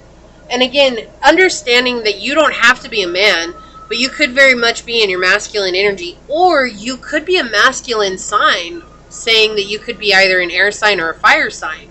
Okay, and that's something that could resonate with you. Just remembering that when I'm saying it feels very masculine, well, if you have air or fire highly dominant in your chart, you're going to come off with more masculine traits. The candle just went out. I do see still wax in there. That's interesting. Yeah, so you could be a fire sign. I keep hearing Sagittarius. I'm not going to lie. That is something that continues to come through here. So you could be a Sagittarius. That's a very specific, okay? Like, I'm just saying. But take what resonates. May I please get another couple of oracle cards? Thank you. They want one more. Ay. Okay, it's that one. Just one. Just one. We're not going to be like that today. Okay? Remember, grief is an expression of love. It comes in waves. Sometimes you only need to sit with your feelings and go through them, which is strange because under here we have embrace your emotions and allow your feelings to surface and be accepted, which is right under the love makes a difference card. So that's what you're triggering them on. That's what they don't want to deal with, is the fact that you're very connected to your emotions and capable of dealing with your emotions and facing them when they come out. So that's where the discontent comes from. Right? There's this feeling of discontent. So we have 21, choose love. You always have a choice, make yours with love. And I feel like that's exactly what they see you doing, is always making a choice with love. Whether that's in relationships, your connections, your business situationships, your contracts, you're always coming from this very intuitive place and like, how is this going to work for my highest good? And that's not a bad place to come from. But because of that, like, you trigger them into this energy of like, I can't do that. I can't come from that place. That's the addiction coming through, okay? We're getting a little bit more clarity on that, a little bit more insight. But let's look at this. Again, there's this sense that maybe you're always traveling. They see you, or they think that you're always traveling. They think that you're always off on an adventure, that you have a lot going for you. You're extra blessed with this rainbow up here, that you're becoming a star. You're being seen and you're being noticed by many, many people. right? With Capricorn, we do talk about the fame, right? Capricorn energy is the fame. And so you're being noticed here, right? You're being noticed. And it's like with barely nothing. Like they don't see what it is that you had to go through to get here, but they see it's like a barely anything that you have, and you're being noticed. And then we have the Ocean here, which is interesting because the edge is different on all the cards. All of the cards are different. Like look at this one. See, this one is like the lily pads, and here's the air and the birds and everything, but they're all different. Okay, I just want you to see that. But this is talking about you have the fish, and then you have the seaweed, and then you have like coral reef down here and the seashells. Okay, and the Ocean talks about the depth of our emotions. So, motion in the ocean. I just heard that. Okay. So anyway, somebody's really goofy on here. And this is saying that you're willing to really travel into the depths of your emotions. That's what I'm feeling with this card right now. And that's what's so scary to them, because you know that's a very loving aspect, a loving thing to do for yourself, is to understand yourself. And that's something that men think, but they're not going to say, I can't do that. Plus, there's a sense of pride. I'm not going to ask you about it. We have the loner. I enjoy being alone and getting in touch with my true feelings. I can't make this stuff up. I cannot make this. You just saw me draw this card, right? You just saw me draw it. But that's exactly what it feels like. Feelings. There's something about your feelings that just really triggers men. And which makes sense, because we were raised in a society where men were told to just get over it, just deal with it. You have no real feelings. And so if you're a man on here and you're capable of connecting with your emotions, that's incredible. But if you're not, if you're in your masculine energy as a woman and you're capable of connecting with your emotions, of course that's going to trigger masculine energy, right? That's what it's meant to do. Leo, self-confidence, loyalty, and creativity. Yeah, you're very confident. You're comfortable with who you are. They think that you're very capable of creating the life that you want. But they're not going to say these things because, again, this is a deep trigger. This feels like a deep, deep trigger for men. Sometimes you find the strength to do what scares you the most if you believe your life will be better because of it. That's what they think about you. You've done the thing that scares you the most, because whatever it is that you've done, it scares them. And again, we have this sense of being able to get in touch with the truth of your feelings, how you feel on the inside. We have 36 coming out. Being human is living in that in-between space, in between really good and really bad. Yeah, so it's like you're this, I feel like you're a very down-to-earth person. Like, I just feel like you're very real, like you're very honest, you're very authentic. But because of that authenticity, you're constantly triggering those that are wearing masks, and especially men. Men are really good at wearing masks in society. And so they think that you're someone that has caused a lot of mayhem in their own lives. And they're not going to tell you that because, first of all, they don't want to start beef with somebody that they know they can't start beef with. Secondly, it's just something, again, it's like these deep, dark thoughts that are coming up that are asking to be healed. It says, if you look at zero, you see nothing. If you look through zero, you see the whole world. Robert Kaplan. And so we have this energy coming through that they think that you see the world differently than they do, which you do. Of course you do. Of course. They think that you're like this person who is so I was going to say like a god. I was going to say that, and I'm just going to point this out. Why I'm saying that is because they feel like you're somebody that isn't human, like you're not, but we have being human right here. You are somebody that's absolutely human. You learned through the hard way that you had to do these things. Someone is harboring anger, jealousy, and hate. I cannot make this stuff up. Right? That's exactly what they're like, jealous of you. Like, that's what they secretly think. They're just constantly comparing themselves to you. That's what it is. And so it's like, even if you're a woman, they're still comparing themselves to you because you may hold a very masculine energy right now, because you're in that very independent state of trying to build something for yourself, or you have a very high position that is regarded for masculines, men, okay?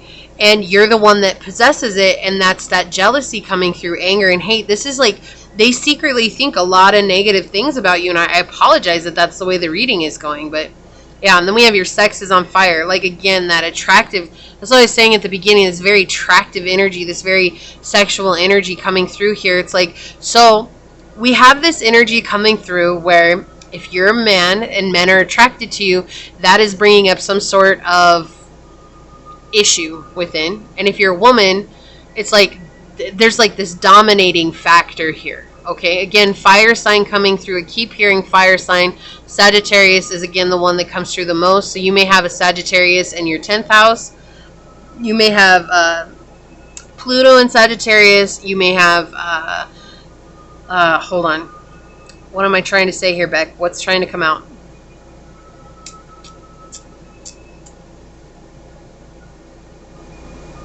See if you have Sagittarius in your chart, because I totally just forgot what I was going to say. Saturn. You may have Saturn in your in Sagittarius, or Sagittarius and Saturn. You know what I'm saying. So we have number 12. Kindness, fruitback, flying fox. Yeah, so they think that you're a kind person. But you've accepted some darkness about yourself that they don't feel like they can accept about themselves. And that's scary, right? Of course that's scary. I need a drink.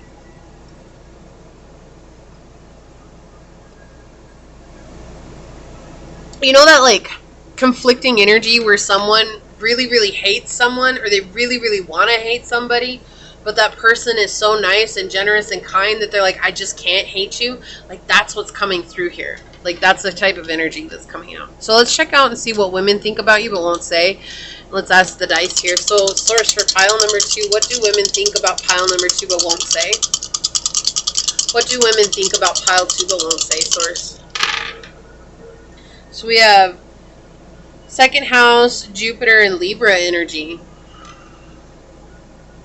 Yeah, that you're very lucky when it comes to your material wealth, your worth, your self-confidence. You're charming, you're outgoing, you're fair, you like justice, you like things to be fair. You see from both sides of the story. Like you're not willing, like you're not afraid to look at the whole picture and then make an assessment based on that. But the main thing that's coming through here is there's this sense of women think that you're very lucky with your possessions, that you have a bankroll. That's what keeps coming through here, bankroll. The bankroll is coming out like crazy today. So most people think that you're lucky because you have a bankroll. Even if you don't have a bankroll, that's the thing that's coming through here, is that you have a sense of security and stability, and that even though you may have a lot to your name, like you're still a very kind, generous person, and you like to give to others, and you like to see things that are fair. And you're very abundant, and for some, you could be very spiritual by nature, or have a very deep wisdom about you that you share with others that they truly, truly enjoy.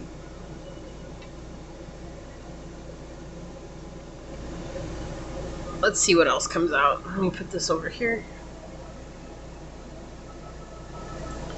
Alright, we're gonna shuffle. So, source, what do women think about pile 2 but won't say? Yeah, transformation is coming through. So you could have lost a lot of weight, or maybe you didn't lose any weight. Maybe you gained weight, like you gained muscle, or you became very thick, or you became, just different. Like your body looks different. Is the type of transformation that keeps coming through here. Yeah, Capricorn energy is something that keeps making an appearance for me. So you're a very hard worker, you're very determined, you're very capable of doing whatever you need to do, and also receiving the rewards for your effort.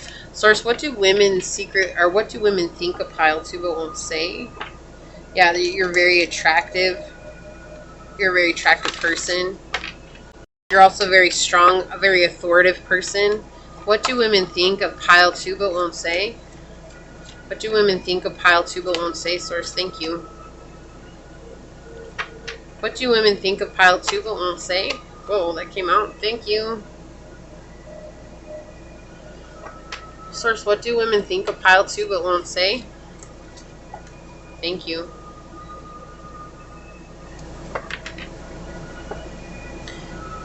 Yeah, we have the Ace of Coins coming out for you on the bottom here, that you are abundant, you are rich, you have material wealth. That's like, keep getting this energy of having luck around your wealth.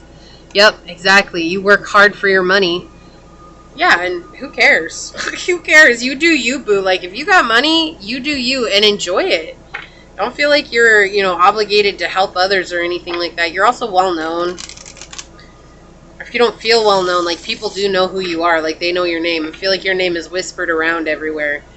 And women whisper it more than anybody else. What do women think of pile 2 but won't say, source?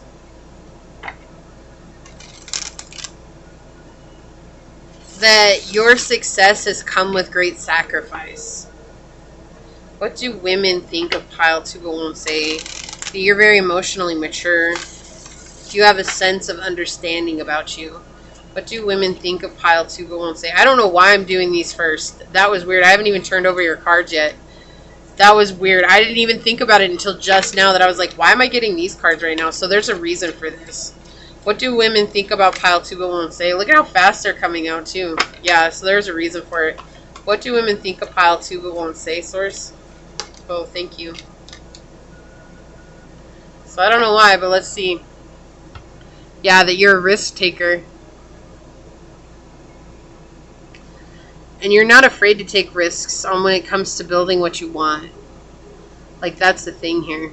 That's crazy. I don't usually do that. I don't know why I did that. So we'll take a look at these in a minute. We'll see. Look, that's why. Look, the Fool twice. Look, that's why. That's why they wanted it. Oh my gosh, I already feel it coming. I already feel it. Alright, let's see what we got here. Okay. Wow. We have Justice coming out twice in your reading as well here, both for the men and the women. Yeah, they feel like sometimes you, like, this is like thinking that you're willing to take a risk, but that you do take it uncalculated. You take very, very big risks. Like, even though you've had to sacrifice a lot. So maybe, like, you do take really big risks that have great sacrifice to them, but also when they pay off, the reward is huge. The reward is really huge. Let's see what these are. I'm just curious. Yeah. Yeah, of course that's going to come out. Look at all this fire energy coming out here. Yeah, you could be a Leo. You could be an Aries. You could be a Sagittarius, okay? But I keep getting Sagittarius energy. But we do have this energy. Look at all these. This is the Strength card. This is the Pope. We have the Justice, the Hermit, and the Fool. The Fool and the Ace of Coins coming out with the 8 of Coins behind it. Yeah. So there's this energy about your work that women think that you're a hard worker. You make a lot of money and you take risks with your money. But sometimes they do feel uncalculated. Like sometimes you don't take time to assess the risk that's involved. But somehow, some way, things always seemingly work out for you. And you're like stronger because of that, right? You're very much stronger, but they also feel like you're a very attractive individual. You're very intuitive. You're knowing, you're willing to grow. You're willing to, like, these are sunflowers here, right? You're like a bright light when you come in the room. And you're also somebody that they could see being committed with. Or they see that a lot of people would want to be committed to you because of what it is that you bring to the table. It's not... This doesn't even feel like jealousy at all. This really just feels like admiration.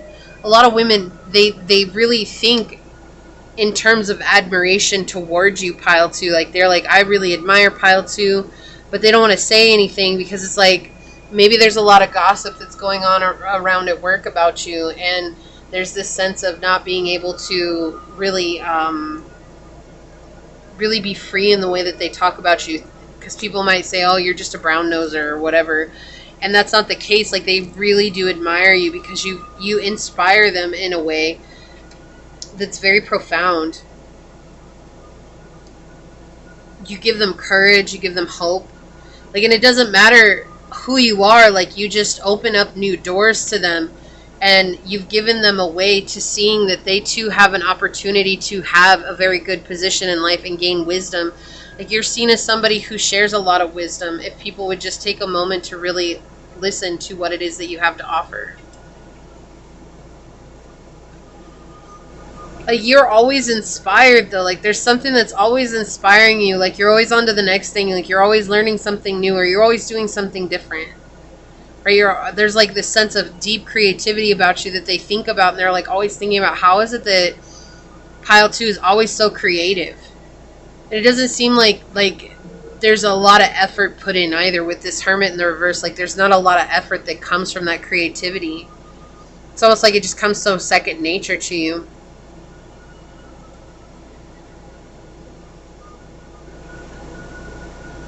Somehow you always get into situations that are very fair and equal, centered. Things always work out in your favor. Like you always gain more than you risk. Like even if you lose big, something will come through and it like replaces that.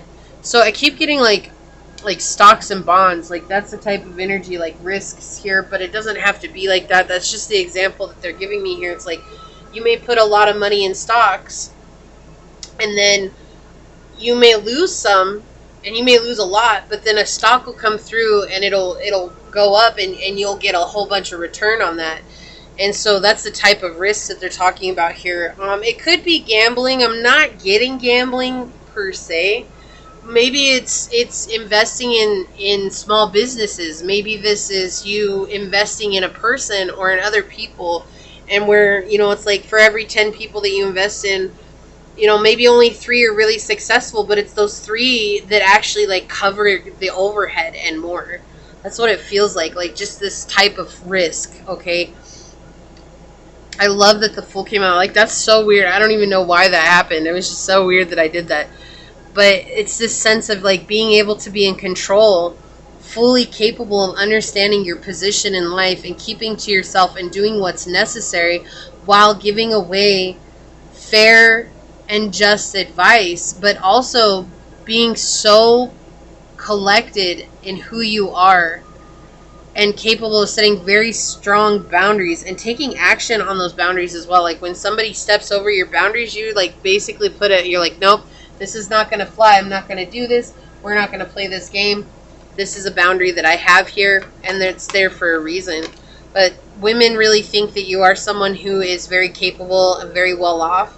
You are someone who has a big bankroll. Like that's something that came across with both piles. You have a big bankroll. More or less, they believe that you have a big bankroll because you're someone who's willing to invest in yourself and take a risk. We have sextile on the bottom, a combination of tension and flow, potential in a rewarding situation. Exactly what I was saying, like those high risks. Like it's tension because it's a high risk, but because you just let it be and you let it play out however it's supposed to, you do have a lot of rewards that come to you. It's just interesting. This is some really interesting energy here. It's almost like women appreciate and admire you because you're willing to do these things that a lot of people aren't. We have storyteller flipping over here. We also have the intuitive on the bottom. I am tuned into the energy of those I care about. But look, we have storyteller. I have the right to speak because I listen when others speak.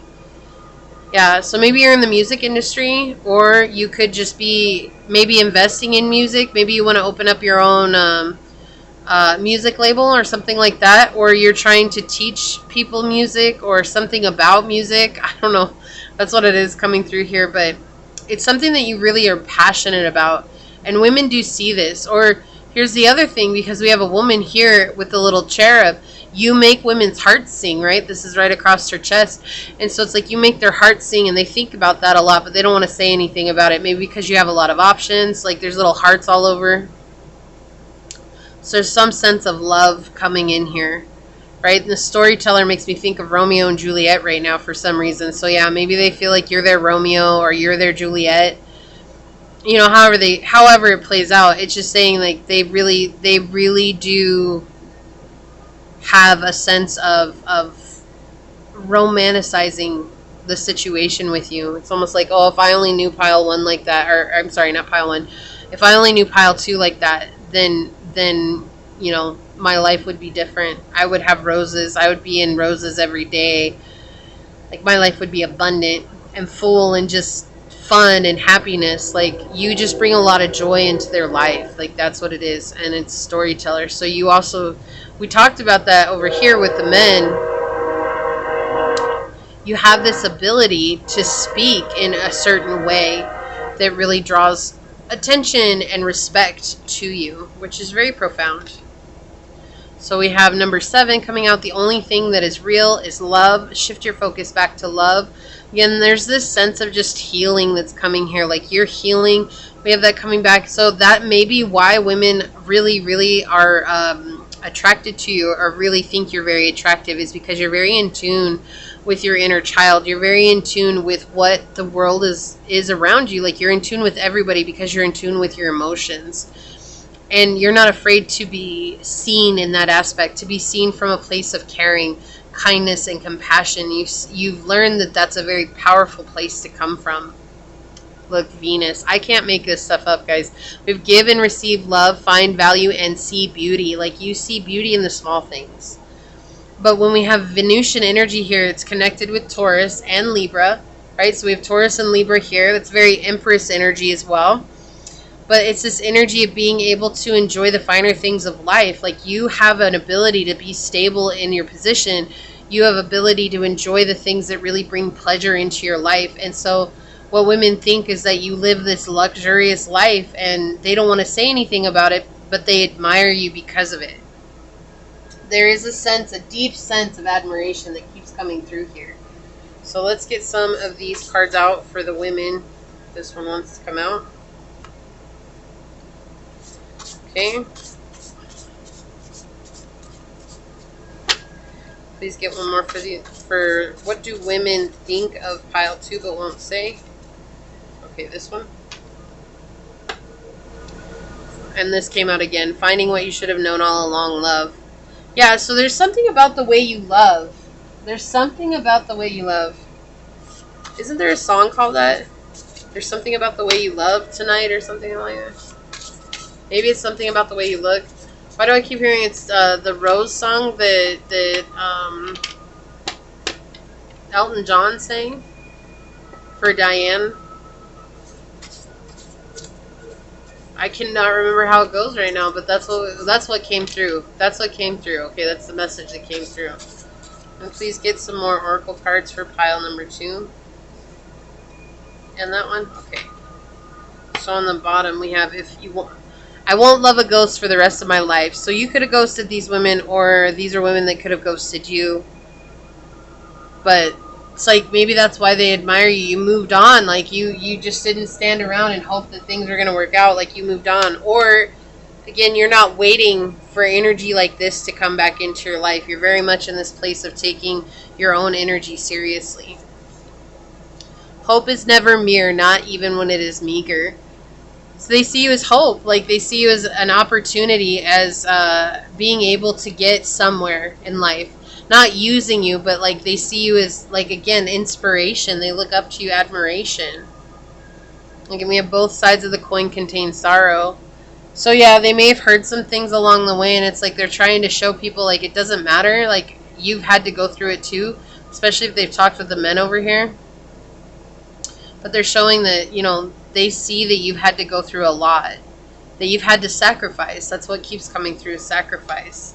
So we have the past makes an appearance for true closure. So you may be dealing with something right now that's very difficult, and the women around you, they think that what you're experiencing right now is very difficult, and this is the truth of it. It's you're closing out a cycle, but they see that your luck comes from closing out these cycles by finding justice in your life, especially by focusing on yourself. Like that's something that has really brought you into this place of abundance.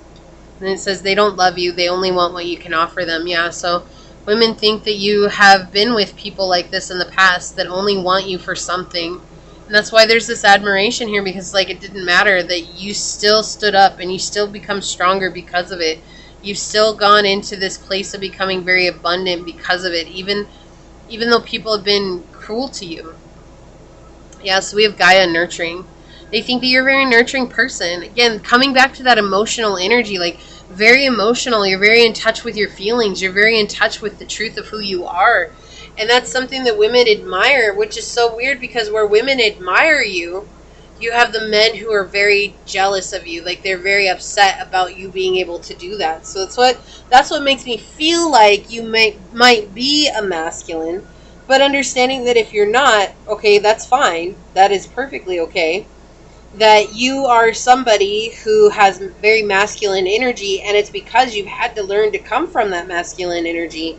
And so you, of course, by nature would trigger the masculine, which is what women admire you for, because you've actually been able to use your feminine energy, that nurturing energy here, to rise up, to give and receive love. Like, you're coming from this place of just truth and understanding. And so this is a lot of conflict here, right? Both sides of the coin contain sorrow. Like, this is literally two sides of the same coin. Like, it's just one side looks completely different than the other, but they're on both sides here.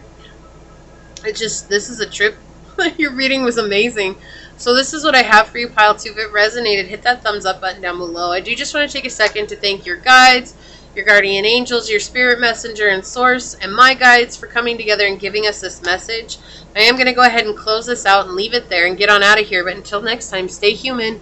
Bye. Hello, my fellow humans that were drawn to this lovely piece of Tiger's Eye, or if you were drawn to these cards during the shuffle, this is going to be your reading on how do men and women, what do men and women think about you but won't say. Just keep an open mind. These are general readings. Take what resonates and leave what does not, knowing that as you like, comment, and subscribe to the channel, it does offer me an opportunity to connect with your energy and get you out more resonant readings. Also, if you are interested in taking me on the go or wondering more about my own life, where I'm more transparent and I talk about the tips and tricks that I've learned along the way, check out the description box down below, where you will find a link to my podcast, which is on Spotify as well as on Anchor at Scatterlove Radio. And as of this video, the one that is uploaded, it is talking about none are free from sin. And I go into my own experience where I tried to extract revenge on a person and the profound lesson that it taught me along the way. Okay, so we are going to do this a different way than normal. I have the reading for men here. We have the reading for women here. And I will draw them separately. We will go ahead and start with the men first. Know that energies are interchangeable. So if this feels like the women's side for you and this is the men's side, take it as it resonates. That is okay, because energy is very fluid. So I'm going to put these here. So I'll have those for later. And let us go ahead and ask the dice. So source for pile number 3. What do men think about pile number 3 but won't say? How can you help us understand this? What messages do you have for us, source? What do men think about pile 3 but won't say?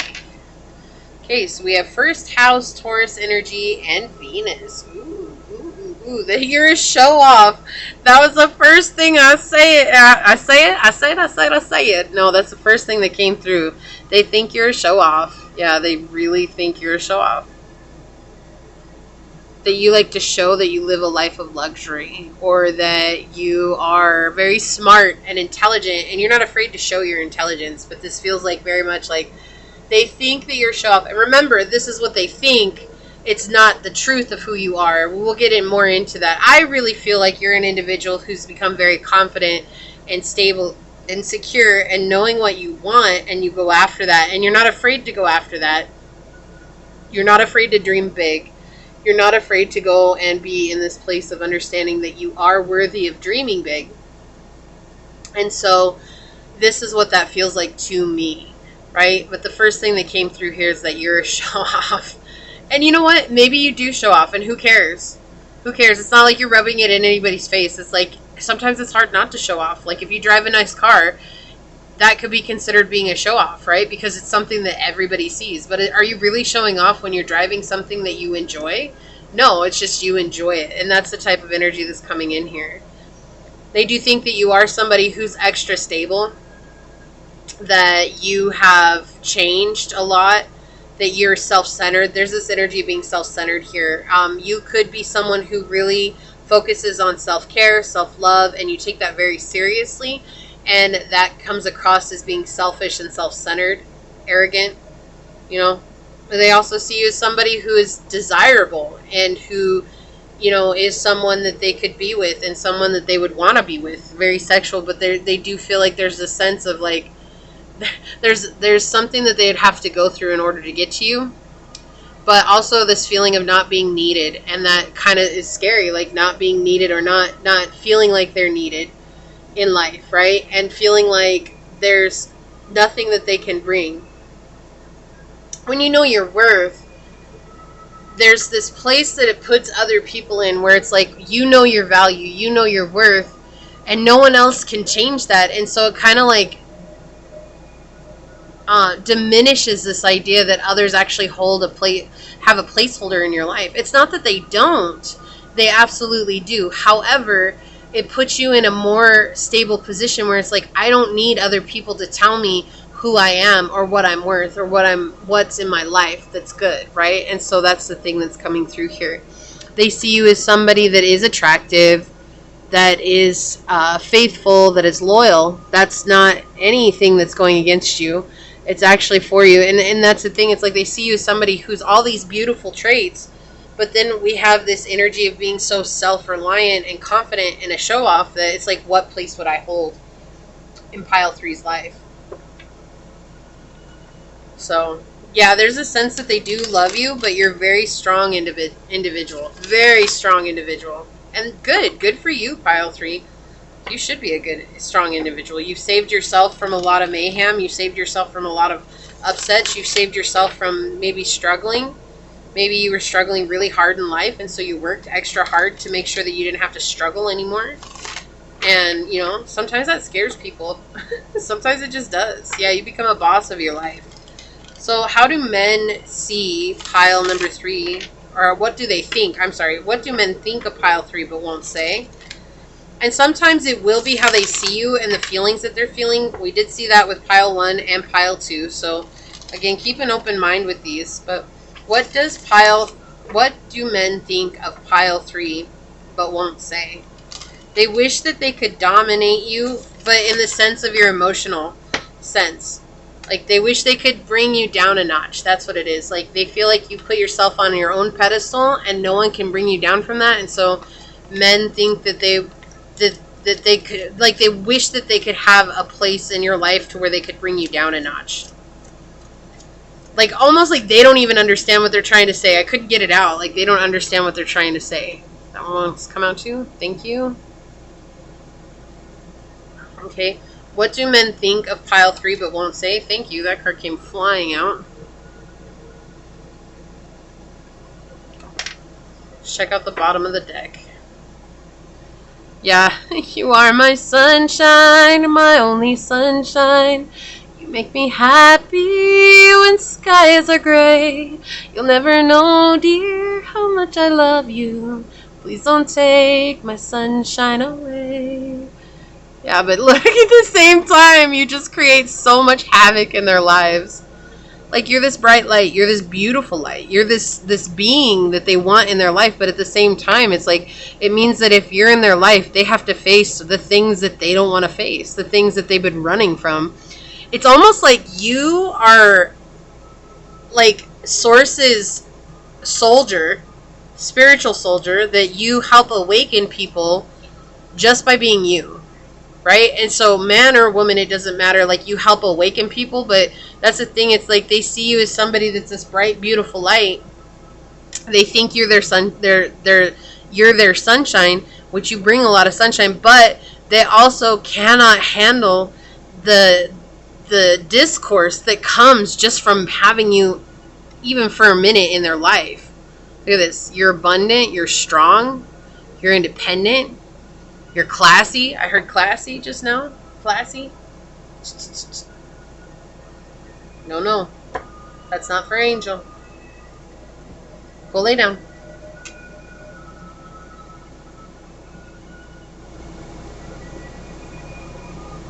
Go lay down. She smells I'm making chicken, and so she's smelling the chicken. She's like, oh my Lord, yeah. Like, you have these senses about you where you're fair and you give great advice, you give guidance. Yeah, they want to like, I cannot make up. That's the energy I was getting. They want to dominate you. They want to be in control of how you feel. They want to be in control of how you see yourself. Like, they don't like the fact that you feel like you're you're a Ferrari and they're like a Toyota. You know, like they don't like that. They don't like that that disconnect. They want to put you in a third-party situation too. There's somebody here that wants to put you in a third-party situation, but you won't. You won't, because you're committed to yourself, your self-development. You're committed to your own journey.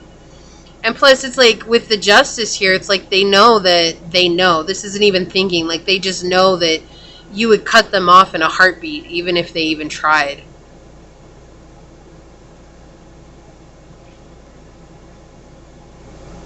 They think that you're a leader.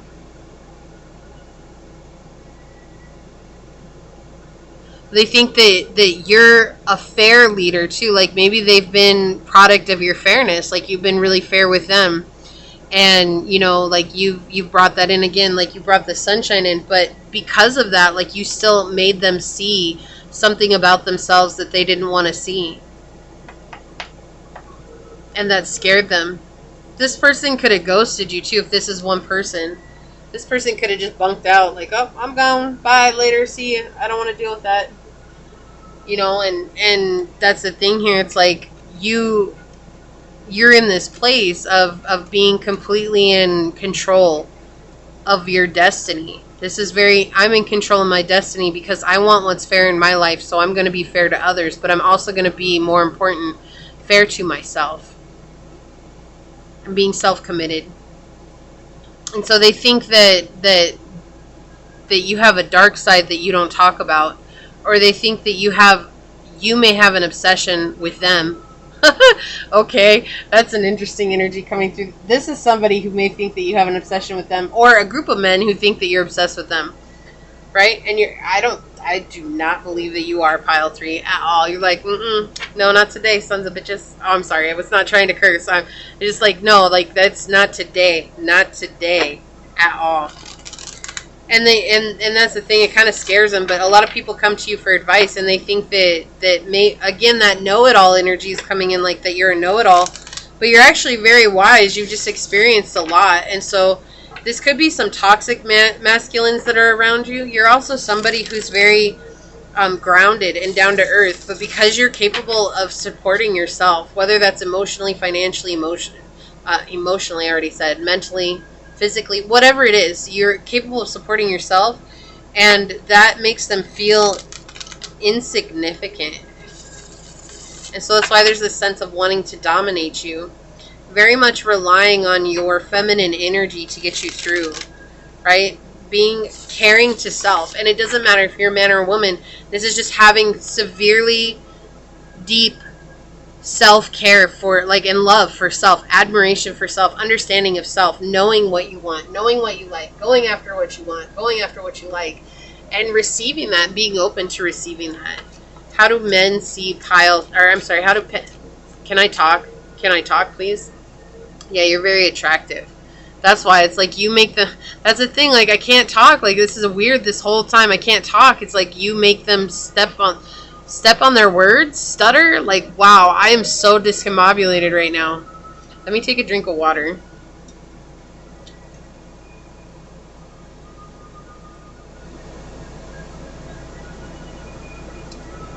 Let me ground myself. Just a second here. Woo! Okay. Yeah, they think you're very attractive. It's almost unfair how attractive you are. And you may not think you're very attractive either. You may be like, no, I'm not that attractive. But they think you are absolutely attractive. Like, on a scale of 10, you're 20. Okay, like that's the thing. And it's like unfair. And that may be why they want to dominate you as well. What do men think of pile 3 but won't say, source? What do men think of pile 3 but won't say? Do men think of pile 3 but won't say? Okay, thank you. What do we have?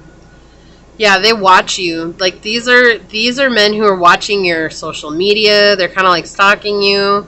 They're just keeping an eye on you to see what it is that you're doing, because they know that you're going to get an offer soon that you're going to accept, because you've never accepted their offers, or you've never accepted them to be in your life, or you've never accepted their friendship, Or, you know, like, because you knew it wasn't worth anything. It's just a cup full of weeds. Like, it wasn't actually worth anything, right?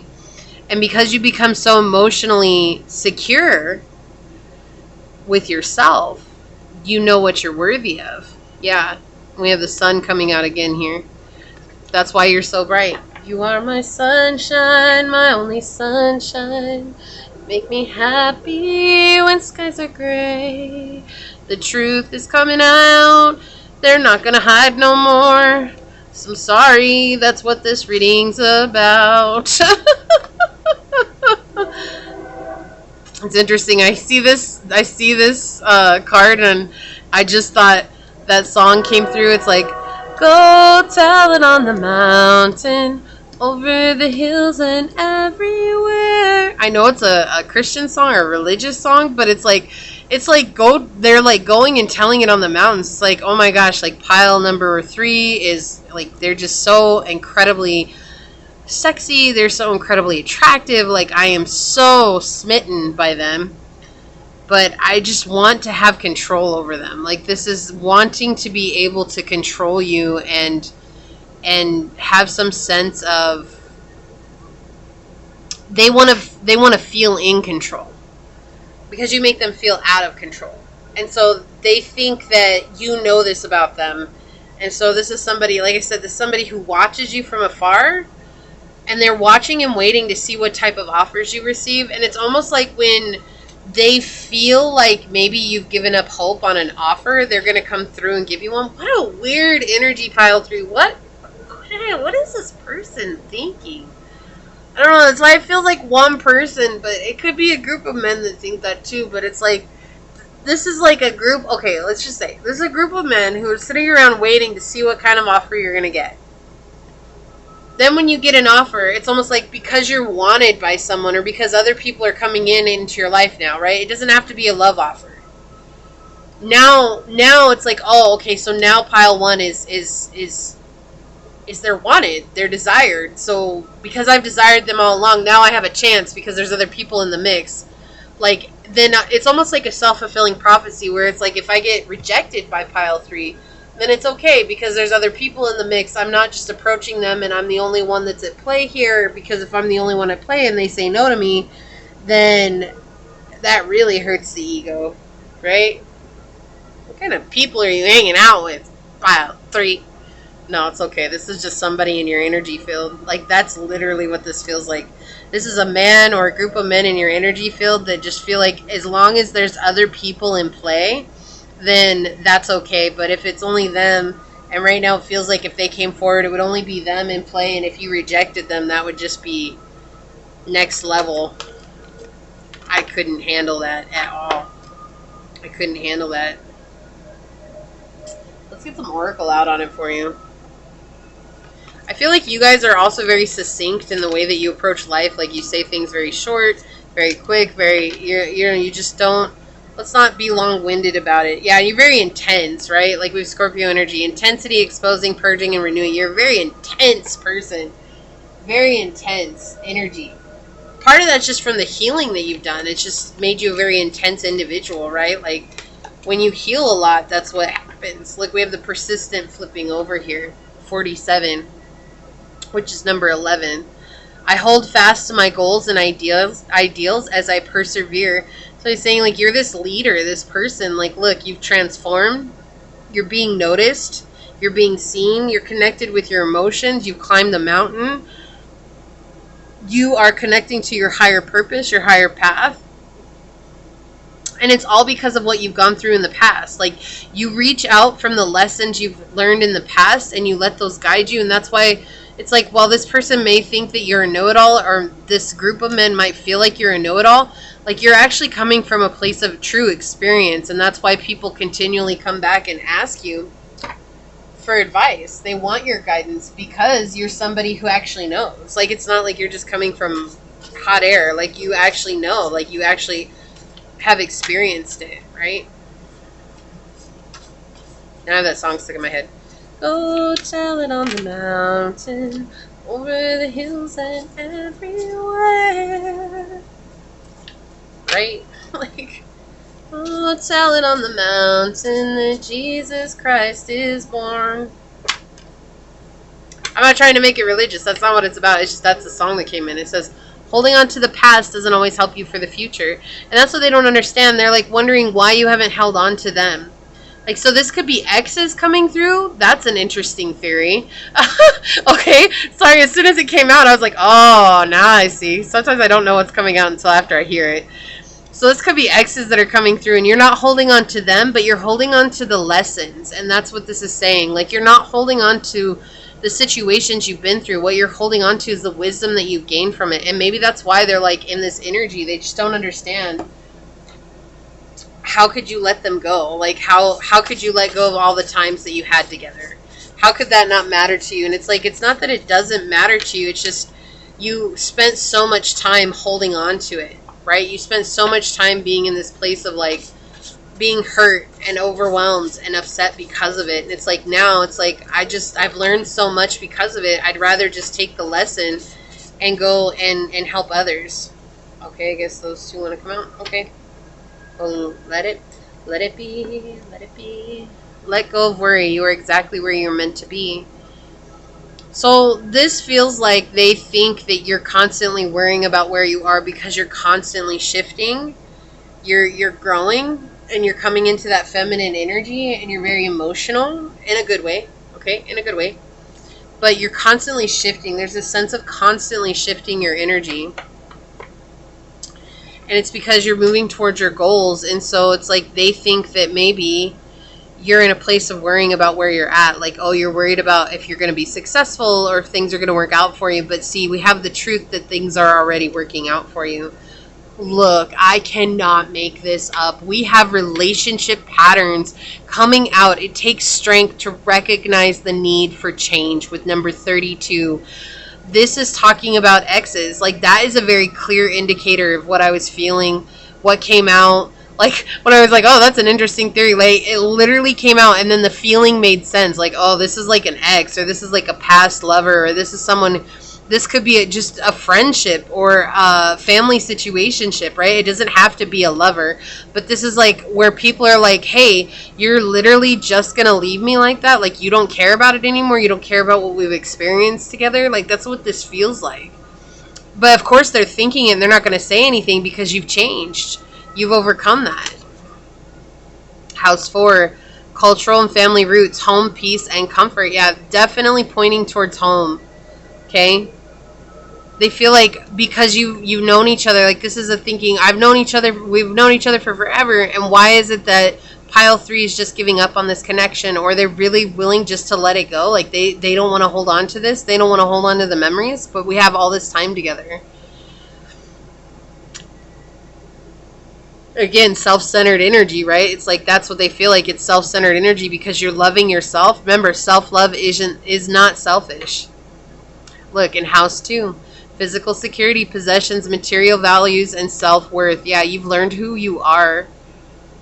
That's what I was saying, like, in the beginning, didn't I say, like, they're mad because you think you're a Ferrari and they're just a Toyota? Like, if this is family, or if this is an ex, or if this is like a friend or whatever, it's like you've really learned your worth and you're leaning into your worth, and that's showing now because you're healing that on the inside and you're working towards your goals. And because you've healed these relationship patterns and you're working towards that on the inside, it's now beginning to show up in the outer realm.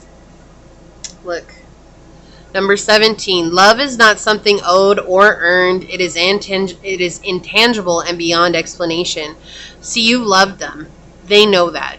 They know that. That's not even thinking about it. This person knows that you love them. These people know that you love them. But they thought they were owed something. And they think that you owe them something. But they can't come forward and tell you that because you have set the boundary here. Says a gift is a gift. You should always be grateful for a gift someone gives you out of love. The day you tell someone what to give you is the day it is no longer a gift, but an obligation. Oh my gosh, clarity. They think that your love is like it's an obligation for you to love them. Like you're obligated to love them. Like that's what they feel like. That's exactly what they feel it's owed. That you're obligated to love them because of whatever position they've had in your life. Wow, that's what they think? That is crazy. And we have 46. The way of the faithful is committing to paying the price even if the cost is unknown. Boom! And they think they're part of the cost. And you know what? With this energy, they're probably part of the cost. Absolutely, they're probably part of the cost. If they think you owe them your love just because of some title, not because they actually care, not because they're actually giving love back to you, pile 3, good for you. I'm just going to say good for you for recognizing your truth and your worth. Good for you. Because sometimes people really believe that just because they have some position in our life that they're entitled to us. That's not the case at all. Respect is everything. You cannot have true love without respect. If respect doesn't exist in a connection, then and trust. Ooh, there's actually a list of things here, but let's go with respect and trust. If those two things don't exist in any relationship, it doesn't matter if that's a love relationship, a family situationship, or friendship. You know what? If that doesn't exist, it's not even worth your time. All tied up. Yeah, they think that you left them like this so that they would be all stuck and that they couldn't move forward. They think that. They think that there's something that you planned this. It's almost like you planned it this way so that they would be pining for you, or that they would just be wanting to get you. Like, we have 10-10 here. I didn't even recognize that. We have 37 and 46. This is 10-10 right here. When you go onto your path of purpose, this person's all stuck in the past, living their life from the past, and they can't get out of it, and they think that you did it on purpose. I never wanted to hurt you, yet I did. Can you ever forgive me? This is them apologizing, but this is their higher self apologizing. I don't feel like you'll ever receive an apology from them in the physical, and I apologize to say that. I do, because it's tough, especially when it's like you're owed an apology. Of course you are. Look, their higher self coming in. I never wanted to hurt you, yet I did. Can you forgive me? Right now, what their physical being is thinking is that you're the one that hurt them. That's what they're thinking. Oh, pile 3 hurt me. There's a lot of resentment coming through against you because you decided to follow a dream. You fear the truth of this connection, which is why you refuse to fully surrender. There you go. They fear it. They fear that you did the right thing and that they're the ones who are all stuck in this and they're stuck in the past and they don't understand it.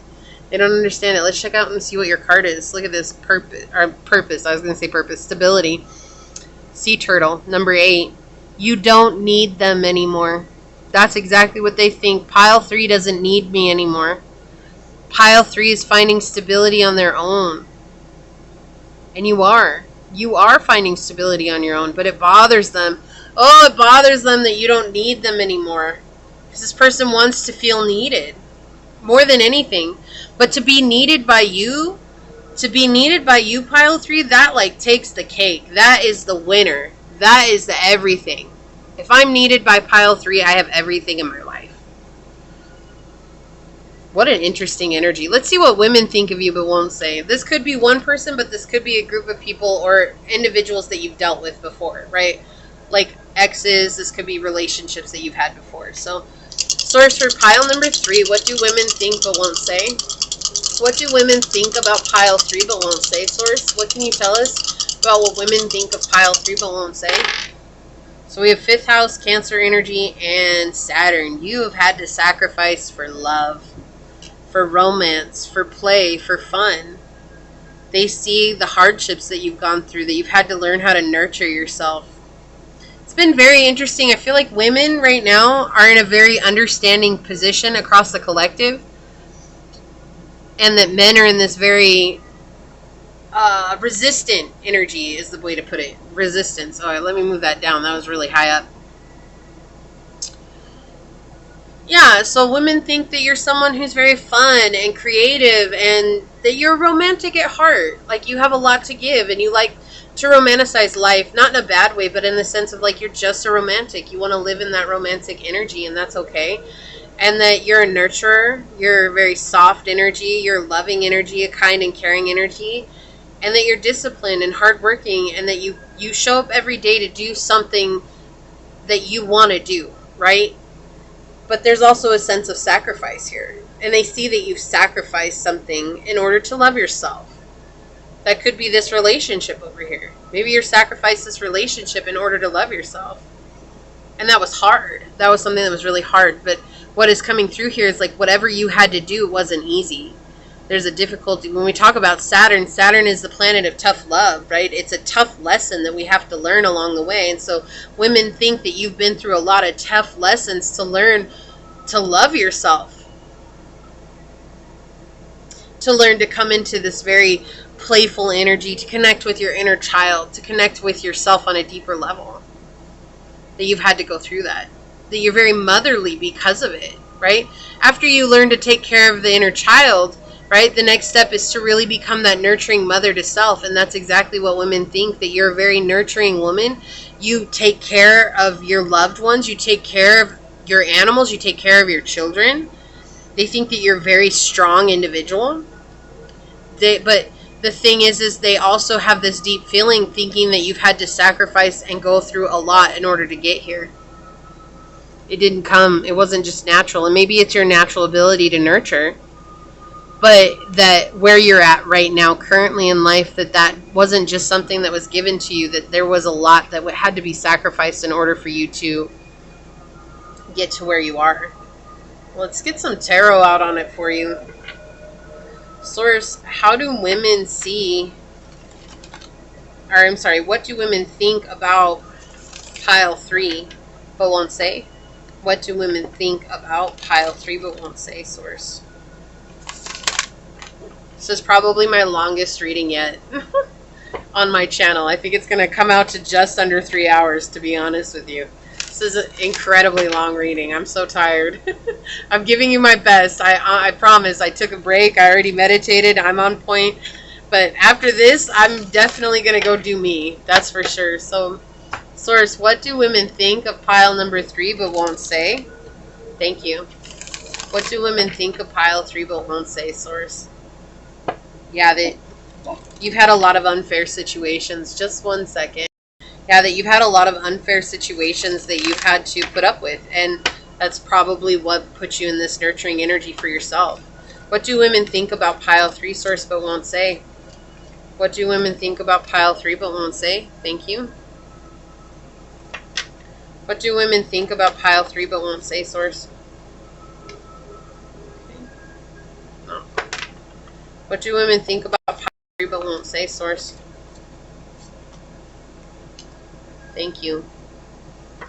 It's on the bottom of the deck over here. Yeah, the Ace of Swords, some clarity.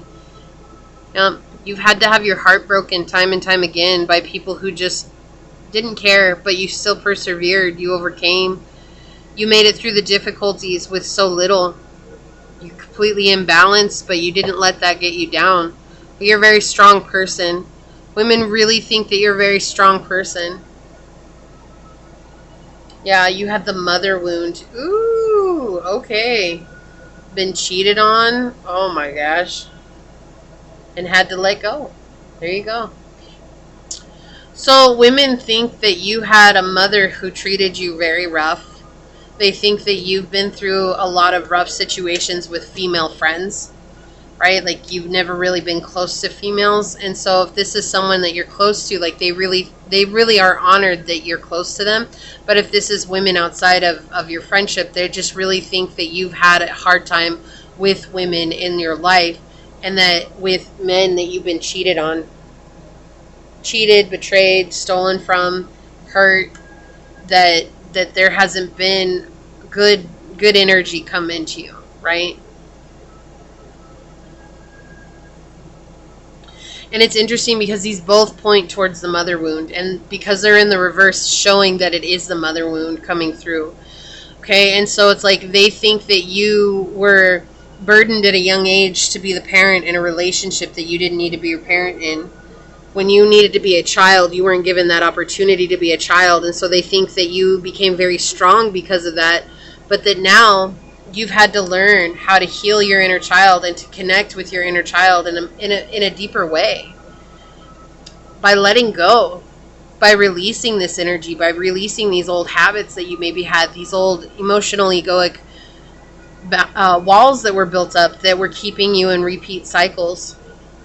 Keeping you with people who cheated on you. Keeping you with friends who broke your heart. Keeping you, maybe you were very promiscuous. Maybe you had situations where you were put into dangerous situations, or you were accidentally putting yourself into dangerous situations just because of old wounds, and now you stopped. Like it feels like you're going, and then there's just like a brick wall. Like you basically stopped, and then from here on, it was like something else changed. That's what it feels like. And so they think that like you lived a certain way up until you decided, made a choice for yourself, and then after that, like you reformed yourself in a very beautiful way. And there's this action of deciding to let go of the deeper parts that you held on to and identified with. And women think that you're very strong and powerful for doing this, and there's a sense of stability in your ability to move forward with your life. You're not letting the past trigger you anymore, and they think that that's a very powerful place to come from. Like where they still may get triggered, like you're not getting triggered, and they think that you're someone who's capable of like fluidly flowing in life, like surrendering to the situations and not having such an attachment to the outcome or to the situation itself. Like thinking that at one time they may have defined you, no longer do they define you, because they see you defining yourself, and they think that you're very strong. Like that's the thing that keeps coming through here, is how strong you are. Let's see.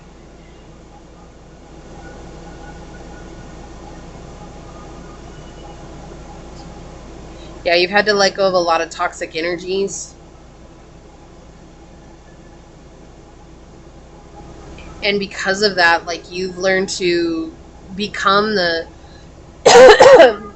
you've learned to become the victor on your journey, like the hero in your journey. But more than the hero, this is like understanding why you did the things that you did and letting that part of yourself go. Like again, those toxic habits, but it's like understanding the toxic patterns, understanding the toxic habits. Like maybe you were promiscuous, and the reason you were promiscuous came from sexual trauma, and you realized that, and then you were able to stop being promiscuous and take a vow to yourself. It doesn't have to be a celibacy vow. Like you could have just said, like, I'm not going to be promiscuous anymore. I'm going to let things play out and see if this person is worth my time. And so women think that you're very strong in being able to do that. So you work hard on yourself. What do women think of pile 3 but won't say, Source?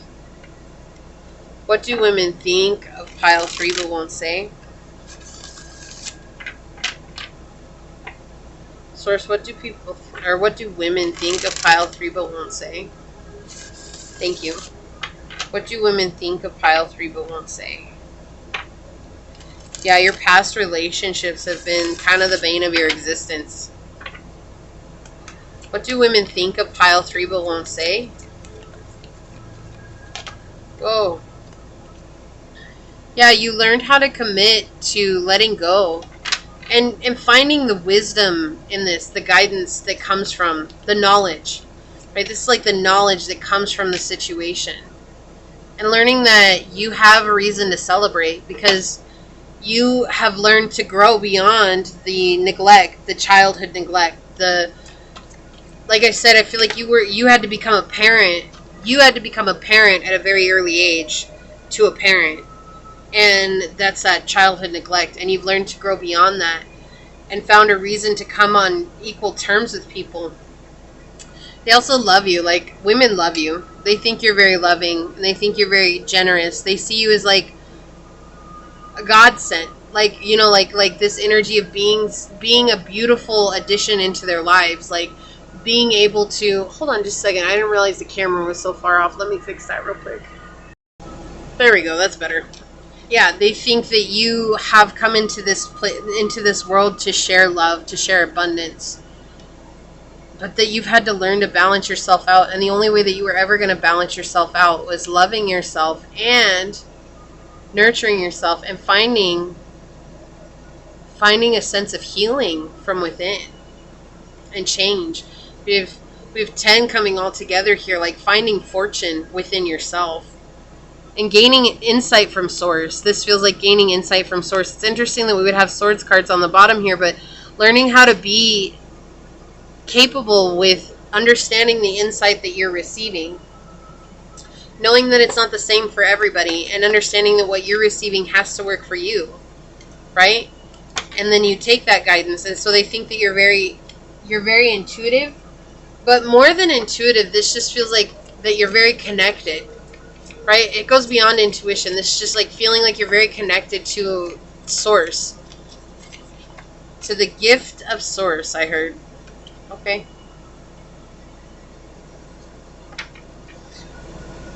Look, house 3, early learning, childhood relations, the rational mind, and communication. That's what we were talking about, childhood relations. That's why they were saying, like, you've healed the inner child, because at some point in your life, you were supporting your parents, or you were supporting adults when you were just a child, and you didn't have an opportunity to really build those foundational needs as a child, those emotional needs as a child. So you learned early on that you had to be very rational, and you had to communicate to adults in a certain way, but that you also had to be there supporting them. And look, Saturn is underneath that. Look, Saturn, feeling restricted, experiencing struggle, learning hard work and patience. Yeah, this was the sacrifice that you went through in order to become who you're meant to become.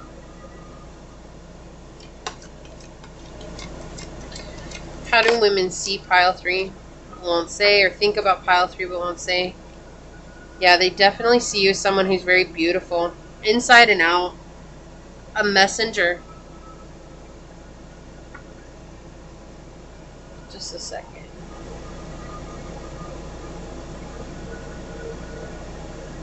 Oh, yep, just a second, guys. Yeah, they see you as somebody who's very beautiful, as somebody who's very homely, right? Like, you got a lot going on for you at home. You also, like, receive messages. Like, that's the energy here. It's like you receive guidance from your experiences or from source. You're very connected. There's also a sense of serenity. They think you're someone that's very like serene and easy to be around and easy to talk to. They see you as very abundant. Someone who's very abundant. Look, 14, the manifester. I'm manifesting what I see in my mind's eye. Yeah, it's like you had to let go of the past in order to get to the present. And that's changed a lot of things for you. This one wants to come out. Whoa, that's too many. I'll take the ones that flipped over, but that's too many. Okay. We have Pitbull misunderstood on the bottom. Yeah, you've been misunderstood a lot in life. They think that you've been misunderstood, at least. This one. Oh, I felt it. It was that one? Yeah, that one. Okay. Look, and this came out earlier, didn't it? Holding on to the past doesn't always help you for the future. So yeah, it's like for both sides, they see that you've had to let go of the past. They see that you've had to let go of the things that weren't serving you. It's okay, Mama. Just lay down right there. Alright, let's see what these are. Express love through gifts. A small token of love can convey great appreciation. So number 19, which is 10. Again, so we have 10, 10. Like, you're on your path of purpose, but they do appreciate you. Like, you may be given gifts from certain women. Like, they may come and they may bring you things. And it's because they just want to show you appreciation, like where you weren't loved in a way that you needed to be as a child. Like, they bring you gifts just to show that you are worthy of that appreciation and that love. And so they think that this helps show you that you're actually a really worthy candidate for love. Like, everybody is, but they really think that giving you these gifts makes you feel good. And I hope that it does. Like, if you do receive these gifts, like, I hope that it does. Fire. Aries, Sagittarius, and Leo energy. Confidence, optimism, passion, and bravery. Yeah, you're a very brave person.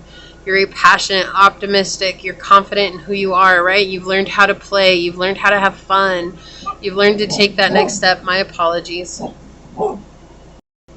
Yeah, so you've definitely been able to take that step in your life that has mattered most. And they see that. And they think that you're a very brave individual. Courageous. That's the word that's coming through right now. Very courageous person. before a breakthrough, you go through a breakdown. So they do think that you've experienced a lot of roughness in life, especially with Saturn coming out. Like, they do think that you've experienced a lot of hardships, but they don't say anything because it's like they don't want to trigger you. Like, this is women who don't want to trigger you. And then we say, forgive not only because of your compassion, but because you value your happiness above all else. They think that you've forgiven situations that they themselves wouldn't be willing to forgive. I love this. You shine like a diamond the more you focus on yourself. So they do think that you do shine like a diamond. You're beautiful. You're amazing. Like, not just beautiful person, but like you're a beautiful soul, and you bring so much to those around you. Time to make space for you. Yeah, and they think that you do make time for you, that you do take a lot of space to yourself, like self-love, self-care. You nurture yourself. You've learned what it is that you want from life. And fearing the unknown. So that's why they think you're so brave, because I feel like they fear the unknown. And I feel like even when you fear the unknown, like, you still take that step. You still go the distance, right? Like, and they think that you're someone who's not ever going to be afraid of the things that, like, they would be afraid of. And that's something that they admire you for. It's like you bring a lot into their life. Like, just for you being you, like, you bring a lot into their life. Yeah, rain, purification.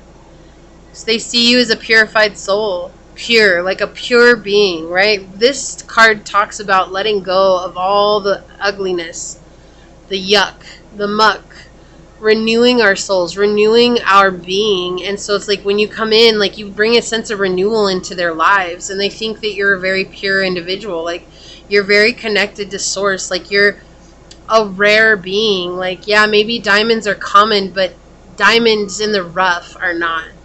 And that's what you are. You're a diamond in the rough. And so women think that you're this amazing individual that has brought a lot of good and luck and love into their life, and they really, really appreciate you for that. Absolutely beautiful. I loved your reading, Pile 3. If it resonated, hit that thumbs up button down below. First, I do just want to take a moment to thank your guides, your angels, your spirit messengers, source, and my guides for coming together and giving us this message. But with that being said, I am going to go ahead and leave this here and get on out of here. But until next time, stay human. Bye.